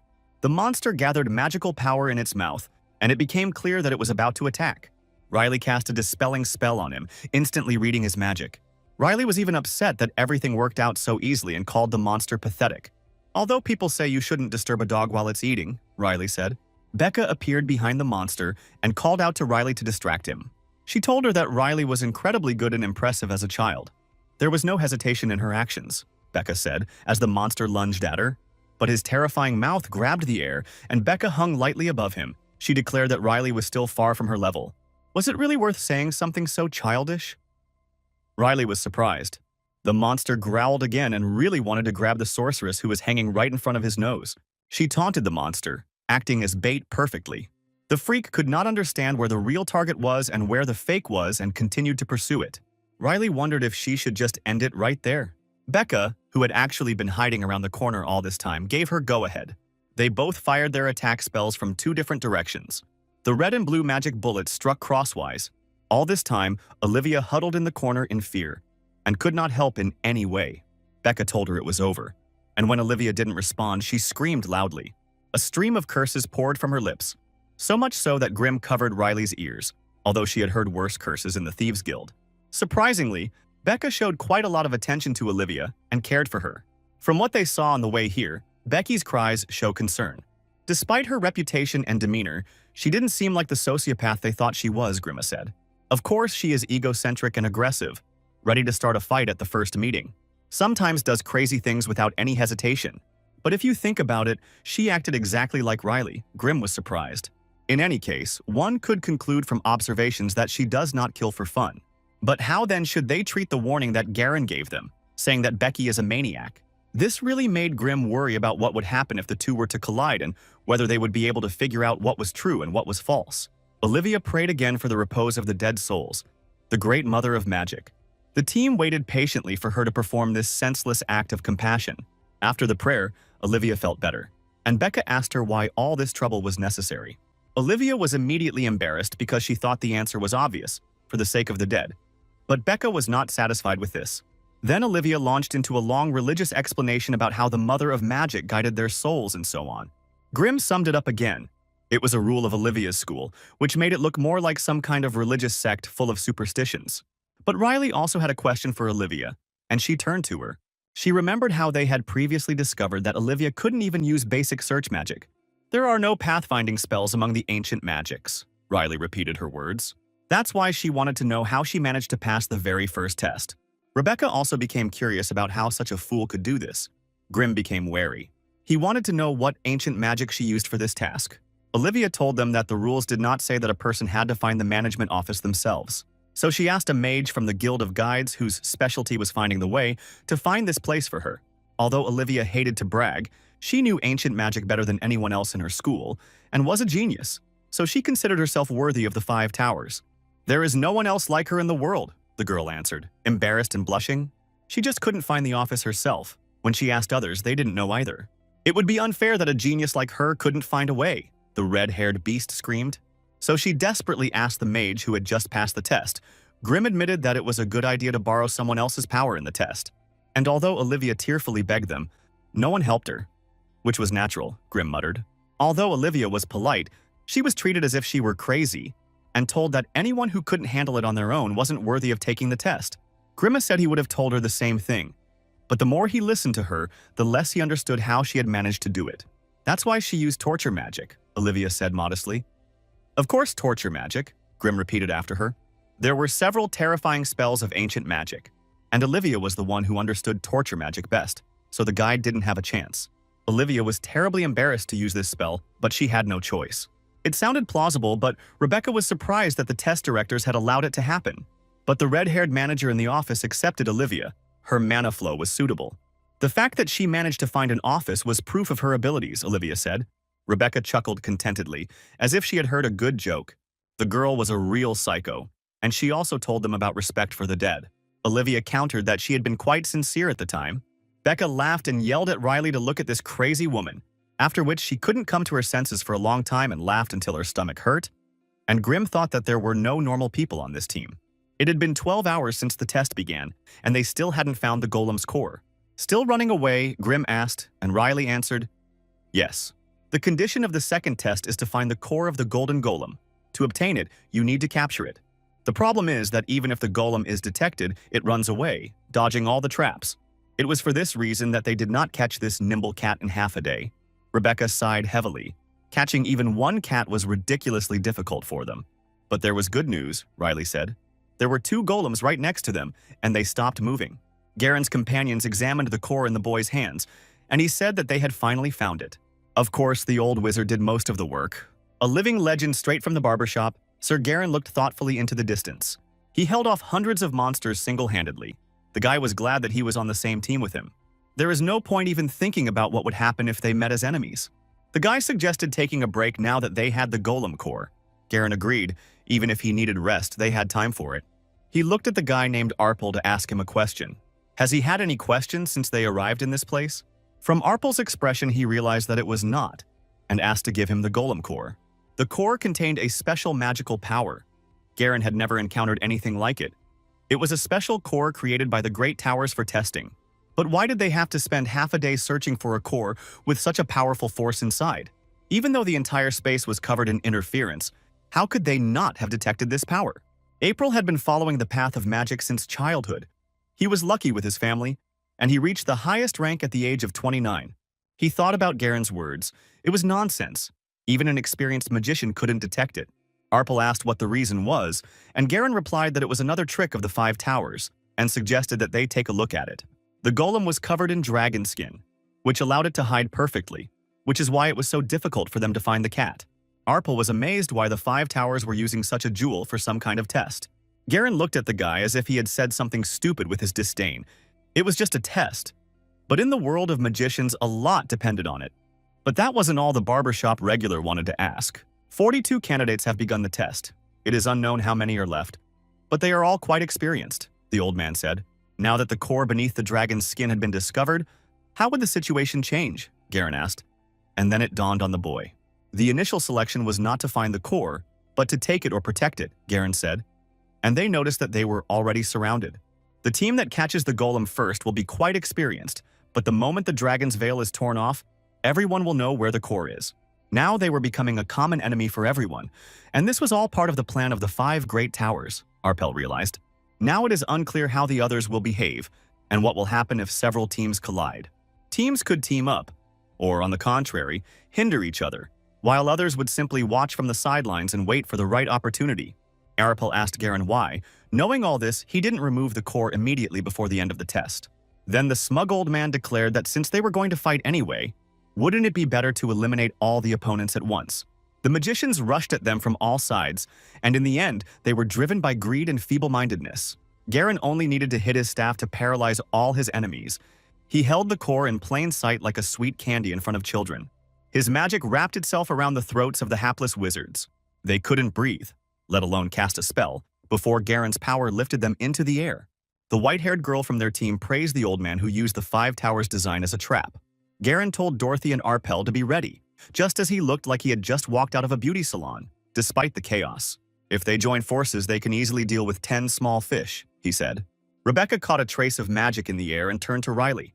This magical power definitely belonged to the golem, and it was necessary to follow its trail and quickly. But Riley said no shortly and headed in the opposite direction. Rebecca insisted on quickly getting the core that the other team had already taken. Riley reminded her of the obvious. All the simpletons thought the same way, and by the time they got there, there would probably already be other teams there. Becca was nervous and asked the confident girl what they should do then.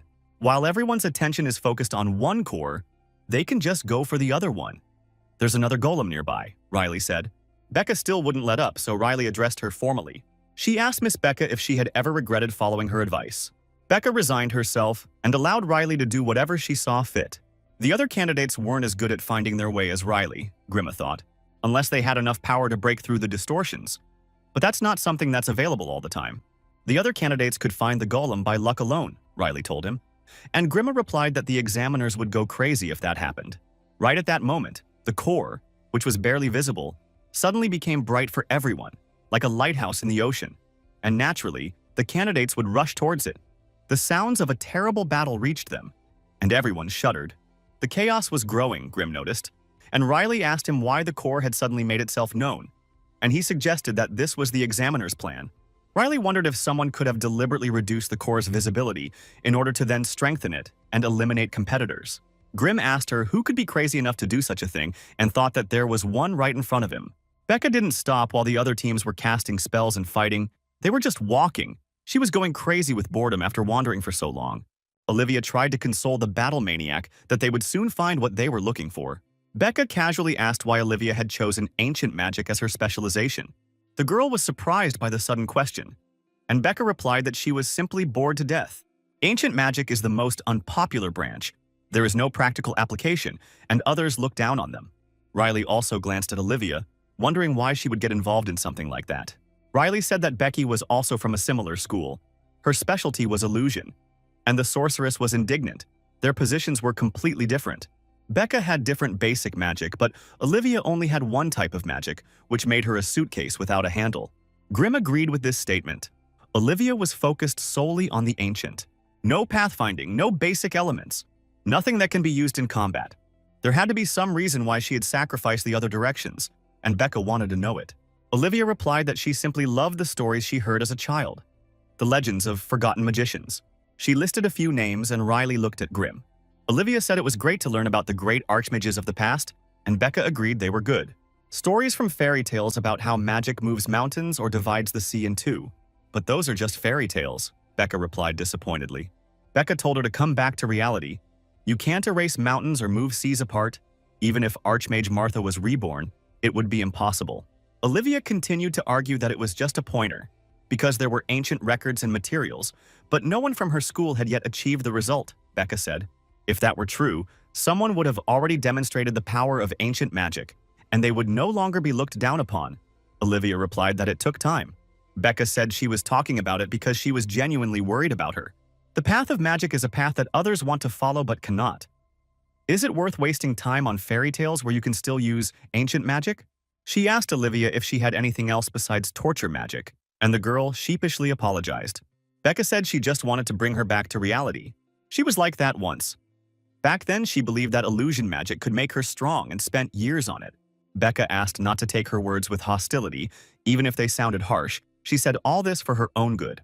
Olivia was surprised and thanked the sorceress for it.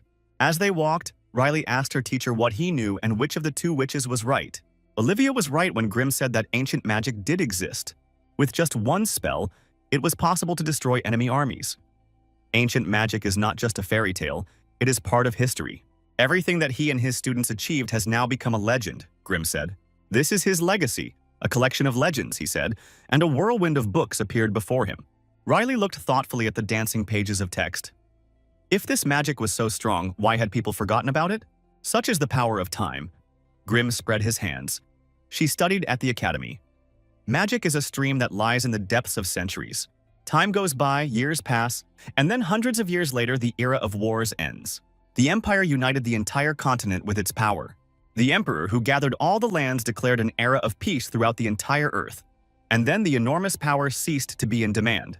It was because combat magic was not needed in peacetime, Riley realized. That's all true, the teacher agreed. And that's why the empire sent mages to study magical engineering to make life easier for its citizens. After which the Golden Age came, and much in the world changed due to the power of technology. Clearing dungeons was also important, so new magic soon appeared for this purpose. Firepower magic was effective in destroying enemies. But if you use something like that underground, you'll get a rock burst, as any miner will tell you. Pathfinding was designed for dungeon crawling. Magic was changed for safety and convenience. Magic that had a narrow and precise effect became dominant. The modern system values speed and precision. On the other hand, the old system with its firepower had become ancient and useless. It had simply become obsolete. Its continuity had been interrupted, and it had been forgotten. When the Empire turned to her again, only a handful remained who were interested in her. But the time had been lost. Legends have become myths, and just illusions. No one remembers what existed anymore. Having said this out loud, Grimm felt relieved. Riley asked if he remembered how to use the ancient magic of the war era. Of course, Grimm remembered it. But what good was that if it couldn't be used? But then Riley said she wanted to learn this magic. Grimm reminded her of his words again. Since there were no more wars, this magic no longer made sense. But she optimistically stated that if war came tomorrow, ancient magic would come in very handy. Grimm told her to stop talking nonsense, In any case, this was not the kind of magic that was easy to learn. You need to know the ancient runes and chants. It is also important to transform the magical patterns that are burned on the mage's body. She will have to forget everything she knows and learn anew. On top of that, she will no longer be able to use the magic she still possesses. And what's more, her best talent, Mana Affinity, will become useless. He asked her if she was okay with it, and Riley said she was okay with it. She decided that she would study ancient magic in the next life. Grimm chuckled and promised to help. If, of course, the next life exists, then they walked peacefully through the labyrinth, until they came across a trio of magicians who were sitting and resting. Somehow they managed to catch the golem cat with a magical net, under which it lay. Becca hissed.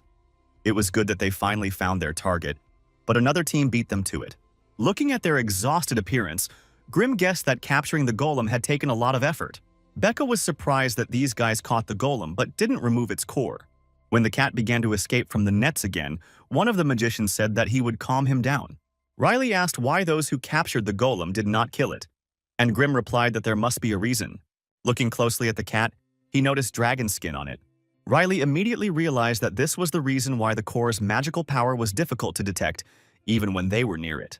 They didn't want to be discovered by the other teams like they had been before. Grimm told Riley to be careful as these mages were experienced. Simply put, they're strong, so you have to be careful, Becca said. They're pretty tired, so it won't be a big problem, Riley said.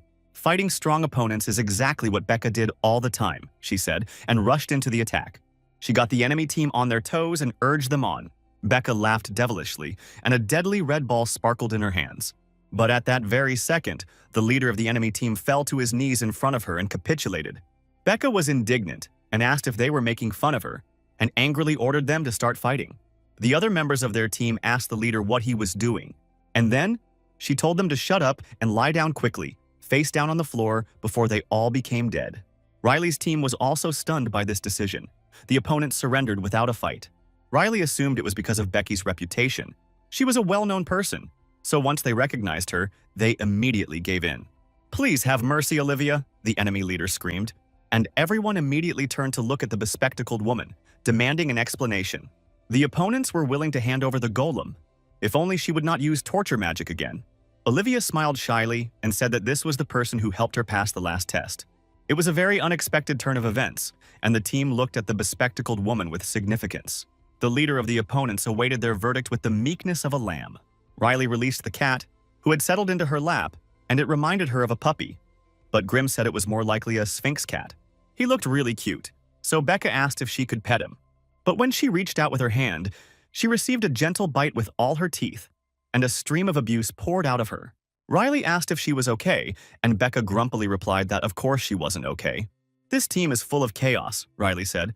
"At least they protected the golem without any fighting. Avoiding unnecessary battles is the right strategy," Grimm said. "But it's understandable that the battle fanatic will be dissatisfied."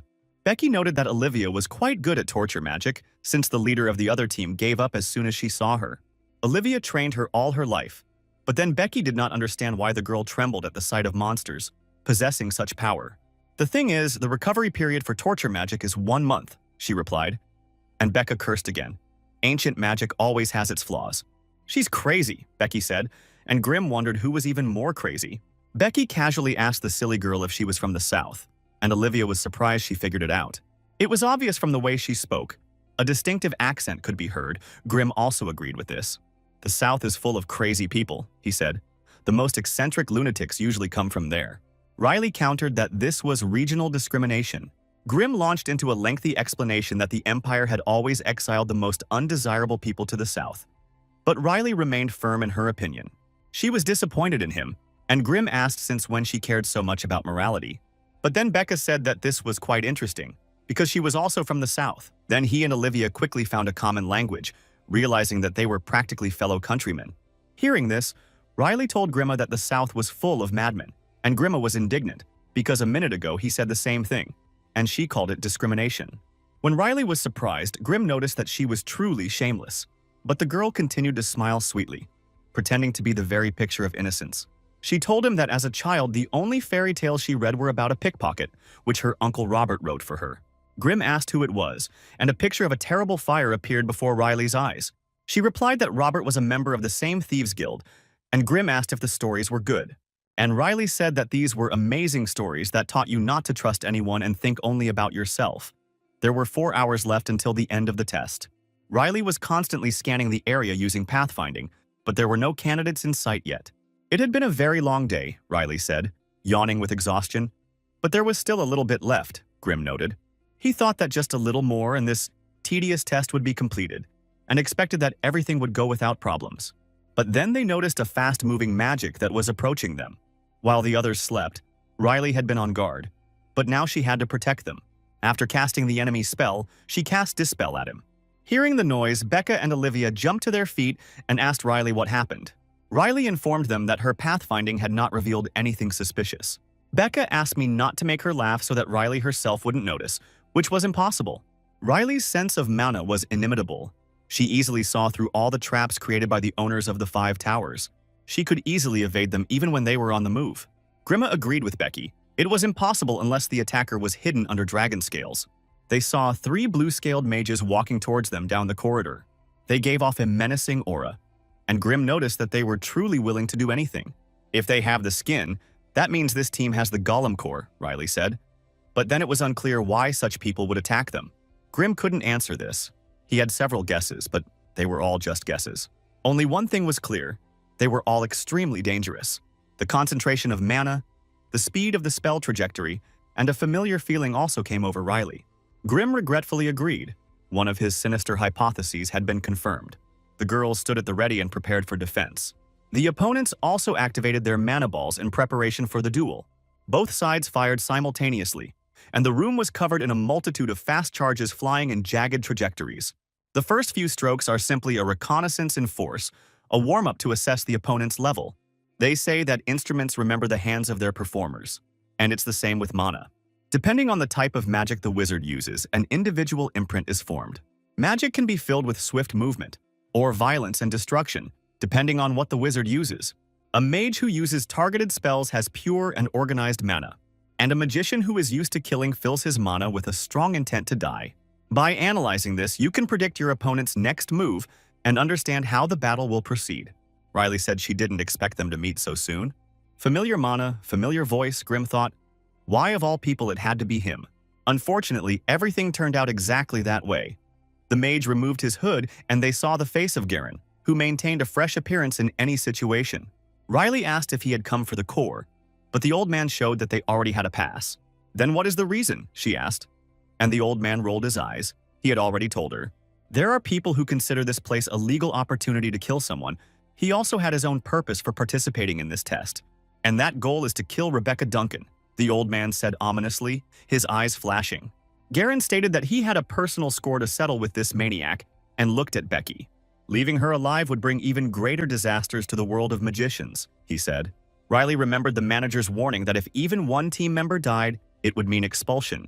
Riley said she didn't like the idea of being expelled. That's why Garen called it an unfortunate coincidence at the very beginning. Becca confidently stated that she would take care of the old man, but she had other problems that needed to be solved.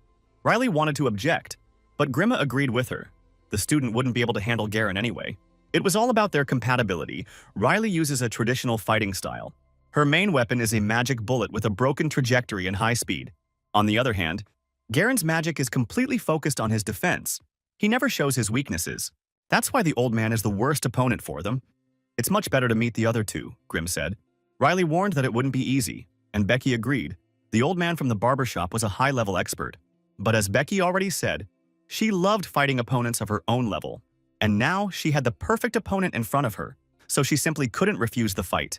Her eyes lit up with excitement. Garen warned Arapel and Miss Dorothy that their opponent would not be an easy one. Dorothy assessed the others. There was no point in worrying about the silly girl who knew ancient magic. But the second one, although she had a sweet face, unexpectedly for Dorothy, Riley was just a novice mage, and Garen confirmed this. Dorothy cried out that a low-level commoner would not have passed the selection test, and Garen advised her not to be so attached to ranks. Seeing that the girl would not calm down, Garen asked Arpel to keep an eye on her. Anyway, they just need to defeat those two, Dorothy said. The old man reminded her not to let her guard down, and the girl impatiently replied that she understood. She stamped her foot on the ground, and a dark magical liquid began to creep towards Riley's team. It was an attribute of darkness, Grimm recognized. Garen noted that now it was just the two of them left with Rebecca. She bowed elegantly and said it was an honor to meet face-to-face with the famous Sir Garen. Becky was plunged into a first-level flashback, and the face of a girl named Sharon appeared before her eyes. It was the first time Becky had seen Garen, but her friend had talked so much about him that she felt how famous he was. Garen asked her angrily how she dared to pronounce his granddaughter's name with her filthy mouth. "Please," Sharon begged. Her face flashed before Becky's eyes again. She begged him to spare her. Riley and Grima were transported to another dimension. They found themselves in a garden that seemed to have been grown for giants. "There was no garden anywhere in the dungeon, so those two brought them here," said Grim. While he was crawling through the bushes, he saw Olivia and almost got scared. She was shaking with fear after being pulled in here. The tamed golem was with them too, and it was good news that they wouldn't have to look for it again. But now, Grim was puzzled as to why they had been transported to this place in the first place. Shadow shift magic was used for the transfer. It forcibly moves the target, but it had its limitations. The biggest downside is the huge mana cost. Those two wouldn't take that much of a risk just to split their team apart. The reason that gave them an advantage was that the plants were blocking their view. Even if Riley used magical detection, a battlefield with limited visibility was not a good place. Grima told her to take all the circumstances into account. Their enemies were not the same mages. There had to be a reason why they sacrificed the review. While they were wandering in the bushes, they heard voices and looked in that direction. Dorothy was indignant that the old man did not set up an ambush even though he could have, and Arpel explained that there was no honor in that. "But they are not knights of any kind." The white-haired girl was indignant. Most of all, she didn't understand why she had to fight against such cowards, and she looked at Olivia. "And against a low-level child," she said, looking at Riley. "Why did Garen need such caution with them?" Arpel reminded her again not to let her guard down, and Dorothy again began to grumble that she understood everything. The white-haired girl asked how the useless Olivia could help her. It was a 2-on-1 battle, and Grim agreed with her. The fight was unprofitable. Dorothy advised her to give up, because Rebecca was as good as dead. The old man would take care of her.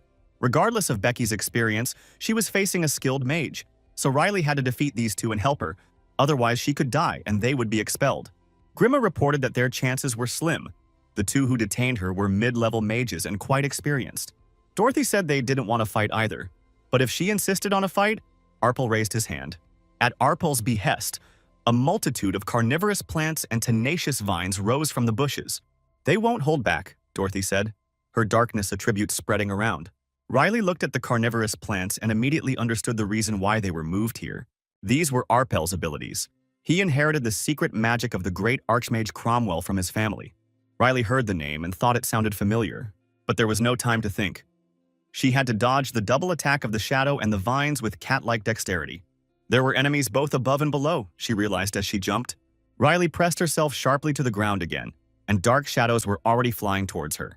Dorothy said she didn't want to fight a low-ranking child. It would hurt their pride as mages. But the threats ended there. She demanded that Riley surrender immediately. They told her she was still young and there would be many other opportunities. Man-eating plants and predatory shadows. A stunning combination, Grim said. Riley asked him what he thought about it, her face showing no sign of concern. She asked him again if he believed she could handle them. In the vast majority of cases, it was a losing battle. Two strong enemies in optimal conditions for them. But as I can judge from the grimoire, which is thousands of years old, victory over them was definitely possible. In his homeworld, there is a book that details various strategies, and it says, "Know your enemy as yourself, and you will win 100 battles." Grima asked her who she thought the priority target was, and Riley said it was the guy who controlled the plants. Because he is essentially the core of their team. If all the plants are removed, the shadows controlled by the white-haired one will have nowhere to hide. Grim praised her for her guess. The vines were dangerous because they could grab, and the mushrooms could poison with spores. But the question was, who raised the great Archmage Cromwell? And who created plant magic? Grim asked. He trained many famous archmages, all of whom went down in history. Riley knew their names. They were considered geniuses, talented, and powerful magicians. But for Grim, who lived for hundreds of years and raised them from fools, they remained fools. However, they were all those who always go to the end and do not give up. Riley chuckled and replied that she had heard enough bragging about his students. Then she must know the story of Cromwell, Grima said. Back then, he was a young magician who loved to grow flowers in pots. He brought him a pot and Grim asked Cromwell what if he liked flowers. But then he had an idea of how to combine magic and agricultural technology. They knew their opponents perfectly, Grima said, and he was confident of success.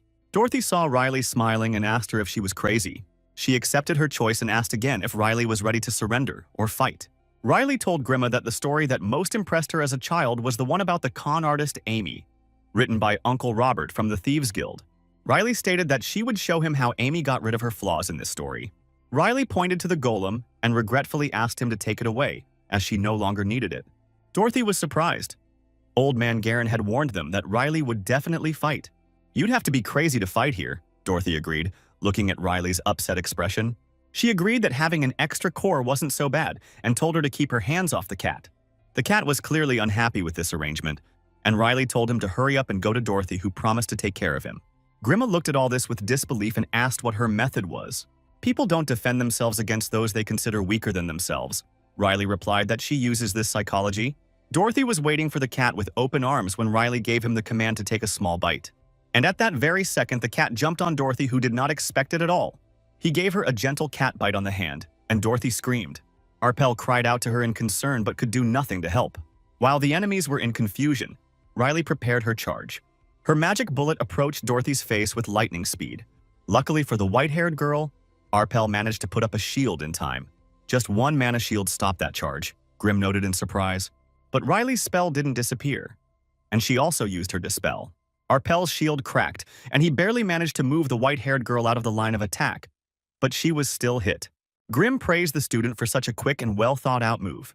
Dorothy screamed that she was crazy and that setting ambushes was ignoble. But Riley objected that they were not knights to have fair fights, and besides, she was fighting alone against two. The question was whether to fight or surrender. So Riley told them that they would fight, and told the losers to attack. Meanwhile, Garen from the barbershop was still having menacing staring contest with Becca. Becca simply mocked him and said that his words cut her to the heart. She appeared right in front of him and said that even if others insulted her, he should not do it. Becca was expelled from the last exam because she killed half of the test subjects. She told the old man that she had avenged Sharon for him. 2 years ago, there was a similar test, and the subjects ran away from blasts of magic. Becca was the first to cross the line and set a new record, raising her hand in triumph. She turned back to see where Sharon was and how far away she might be. But then she saw the worried faces of the other magicians. They were all depressed. Sharon ran away from the stone giant, and he almost caught up with her. She screamed and begged to be saved and was on her last breath. Rebecca froze in place, not understanding why her friend was there. But no one ran to help her. Instead, Becca saw how others simply mocked her weakness. Becca stood on the other side of the barrier and could do nothing to help. The magicians simply watched as Sharon was killed by the monster. Looking at this, Becca was overcome with anger and a mixture of contempt. "That's why she took revenge for Sharon," Becca told the old man. "It was all because they let her die. They could have saved the girl, but they just stood there and even mocked her. That's why Becky killed them." "This is not revenge," Garen said. "She is simply using his granddaughter's name to justify the massacre that tarnished her honor. 2 years ago, one of the elders who was the exam administrator was killed. Then, over the course of a year, dozens more experienced craftsmen were killed. And since then, Rebecca Duncan has become known as a serial killer. And now, the death of his granddaughter is seen as the reason for the birth of a killer. Her actions did not help Sharon in any way, but only disgraced her name," the old man said. "So today, he will clear his granddaughter's name by destroying the killer," Garen said, and reached out his hand to her. "Honor." Becca was angry. His only granddaughter died, and he talks about honor. "It seems they can't understand each other," Garen said, holding her head. "He never understood how someone like her could be his granddaughter's friend," Garen asked. Becca replied that she also didn't understand how someone as diligent as Sharon could be related to Garen. The old man grabbed his head. This conversation had degenerated into mutual insults. Becca looked at him, her eyes flashing, and asked why he was talking so much. "Magicians speak with magic," that's what he always told Sharon. Garen exploded with force, sending out a multitude of whirlwinds flying from him towards Becca after her words. He gave her a final warning. It was worth mentioning his granddaughter's name again. But Becca interrupted him, saying that Sharon was her closest friend. Garen awakened the wind attribute and summoned a hurricane with a simple wave of his hand. The wind cut the stone and then lifted several boulders into the air. The rocks fell on Becca and crushed her body into a pancake. Of course it was a clone, Garen realized. Becca was just provoking him. All this time he had been dealing with her clone as if she was undergoing training in the Leaf Village. What an amazing trick! The old man chuckled and summoned a ball of mana in his hand. He quickly scanned the entire space with it and found Becca. But suddenly she was behind him and held a knife to his throat. Garen was confused. He had to defend himself, but he didn't have time to gather mana. Becca's dagger was faster, and Garen felt his veins tearing and how easily the life left his body. He couldn't cast the spell anymore, and Becca brushed the blood off the blade. As the old man quickly thought, he desperately tried to cover the wound with his hand. Time slowed down. The world turned upside down.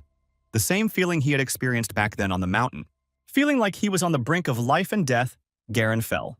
When he came to his senses, his whole body shuddered with horror. Becca, who stood in front of him, was discouraged by the fact that it took him longer to get out of her illusion than Riley had before. She got out in a second, but it took him 2. Becca chuckled ominously and asked if the old man had seen his death. Garen was stunned. The sensations were too real. Even though he had broken out of the illusion, he still couldn't help but touch his throat and tell her it was a cheap trick. Not as cheap as him, Becca laughed. At least she doesn't start a fight like him. That battle with multiple teams, it was his decision. He wanted to lure her out, Becca realized, and laughed again. Garen must have known that the noise of a big fight would attract her attention, so they deliberately let everyone see the golem's core. The old man answered her that there was no more aggressive magician in the world than she. Becca admitted that she really wanted to go, but Riley stopped her. That's why she didn't come, Garen realized, and he put the end of his staff to her throat. He must go and find her himself, Garen said. He was already quite angry with these games. But Becca just clapped her hands right in front of him. She was impressed that he started a fight with everyone just to catch her. Dozens of people must have died for this, Becca said. And this man calls her a murderous maniac. He is truly full of contradictions, she said, grabbing his staff. Garen was furious. Becca asked him if he saw death, and he admitted that he saw it. It was her death, and now he would bring it into reality. But Becca just smiled sweetly at his words. She felt completely safe. Her mother once told her, Rebecca recalled, 9 out of 10 herb gatherers will die in the mountains. The swordsman fights with the sword and will die by the sword. Alchemy dies while testing its elixirs on itself. Magicians die while they follow the path of magicians. Such is the law. Rebecca asked to show her the death he had seen. Her mother wished for her to meet an end worthy of a magician before her death. Her 27-year journey as a mage has had its purpose, and she looks forward to what it will show her, Becca said. Her hand reached out and grabbed the magical thread near his face. Meanwhile, Dorothy and Arpel were stunned by Riley's audacity in calling them losers. Grimma liked Dorothy's reaction to the provocation. It was even better than Becky's. Riley chuckled. Her rival fell for such a simple trick. Dorothy was indignant that such a weakling, who knew nothing about magic, was telling her this. She simply exploded with anger, and her black shadows splashed out towards Riley to destroy her. Coolness, the main virtue of a magician, thought Grimm. The magic that is channeled by emotions becomes too obvious, so Riley easily dodges it. Arpel called on the white-haired miss to come to her senses, but she only cursed foully and continued to attack. But her black tentacles kept missing and were simply wasting their energy. Arpel couldn't stop Dorothy, so he had to get involved in the battle and attack with plants from above. But these attacks were already too late, and Riley had already seen them before. In addition, the opponents could not catch each other's timing correctly and began to argue. Grimm appreciated that the boy had inherited Cromwell's magic, but she hadn't changed at all during the 3 centuries he'd been sleeping, so Arpel would never be able to win like that. Dorothy was already exhausted from using Shadow Shift and receiving a minor wound during Riley's stunt. Both opponents were mentally and physically exhausted, and now the shadows were growing more slowly. The only one who could cause concern was Cromwell's descendant, but they had the advantage over him, and Grimma told Riley to continue. Riley felt threatened. Their attacks became more coordinated and sharper. Time was running out. Even if she got through, Becca could still be in danger, so it was time to make a move. She needed to simultaneously sever the connection between the mage and the summoned creature, Grimma said. Riley dodged another powerful blow from the vine, which moved like a whip. Riley easily jumped up, strengthening herself with magic. The Thieves' Guild member's agility came in handy as she jumped from plant to plant. In the air, the shadows couldn't reach her, and the plants were too slow to react. Riley did the impossible. She saw everything through pathfinding, feeling the space with magic, which negated the effect of limited vision.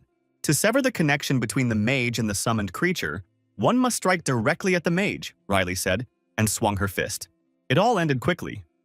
Arpel, like most magicians, did not know how to fight in close combat.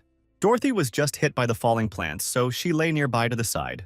Riley sighed in relief, and Grimm asked her how she was. Her movements required superhuman concentration in the moment. Grimma knew she must be very exhausted too. Olivia's okay too, he told Riley, as she turned to look at the red-haired girl whose whispered prayer came from the bushes. Somehow she managed to survive that battle, Grimma said. A couple of minor wounds, and that's all. Riley found him in the bushes. The golden cat could no longer stand on his feet. His injuries were critical. The plants must have hit him in the heat of battle, Grima thought. Riley noticed its core peeking out from the cracked hull. When she took it out, the golem went silent. Despite the fact that it could not be called alive, Riley felt regret. Now her task was to help Becky. Even though the battle was difficult and the matter was not yet over, Riley found it quickly using pathfinding and decided to hurry. But suddenly she felt something that made her worry. Becky's presence was erased, she told Grima, and she heard footsteps behind her. It was old man Garen from the barbershop himself, still looking stylish despite having just been in a fight. Rebecca Duncan was dead, he said. Their test was over. Becky's presence, so clearly felt just a moment ago, was cut off. Grim couldn't quite understand it. But it was hard to believe, on the other hand. It was impossible to hide oneself like that. Becky really was dead. If at least one of the team members dies, the test will be completed. Such are the conditions of the test. It's over, Riley thought. No point in being angry, this is reality. Garen asked for his understanding. Rebecca had committed unforgivable crimes and paid for them with her life. Riley asked him if he had lost anyone close to him because of Becca. The old man pompously replied that he had lost something more important. Honor. Riley was angry. His words sounded contradictory. He despised those who used competition as a place to kill. However, he used the test to take revenge. He was no different from those he despised in her eyes. Garen replied that he was truly sorry about it, but had nothing more to add. It all made so much sense, Riley became even more angry. Her eyes lit up with fire and she released her power. Old man Garen was stunned and asked if she was already thinking of fighting him. Riley said yes, and he was even more surprised and asked why, if the test was already over for her. Because he killed Becky, Riley answered shortly. Garen couldn't believe that she had become so attached to this killer so quickly and wanted to avenge her. Avenge Becky? Why? Riley asked him, not letting up the pressure. Becky's death meant exclusion, and so she was terribly angry about it. She didn't care at all what happened between the two of them.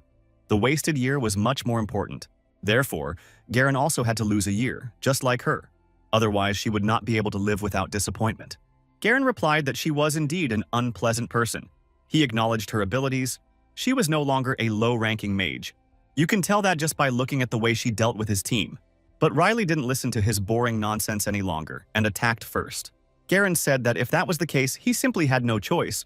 Riley's Rasengan almost reached his face. But the old man was surrounded by a dense shield of mana, which reflected Riley's attack. Then Riley summoned 5 magic bullets at once. Garen told her that she should have realized by now that her attacks couldn't penetrate his thick defense. Grima agreed with the old man. She lacked firepower. She couldn't do it with her super-precise mana clot. They were in the middle of ruins, so Grima thought there might be something useful here. He looked at Olivia, who was still sitting in the bushes and whispering prayers. Grim was indignant. How could she sit in the bushes like a coward while he and Riley fought with all their might, and she never helped them?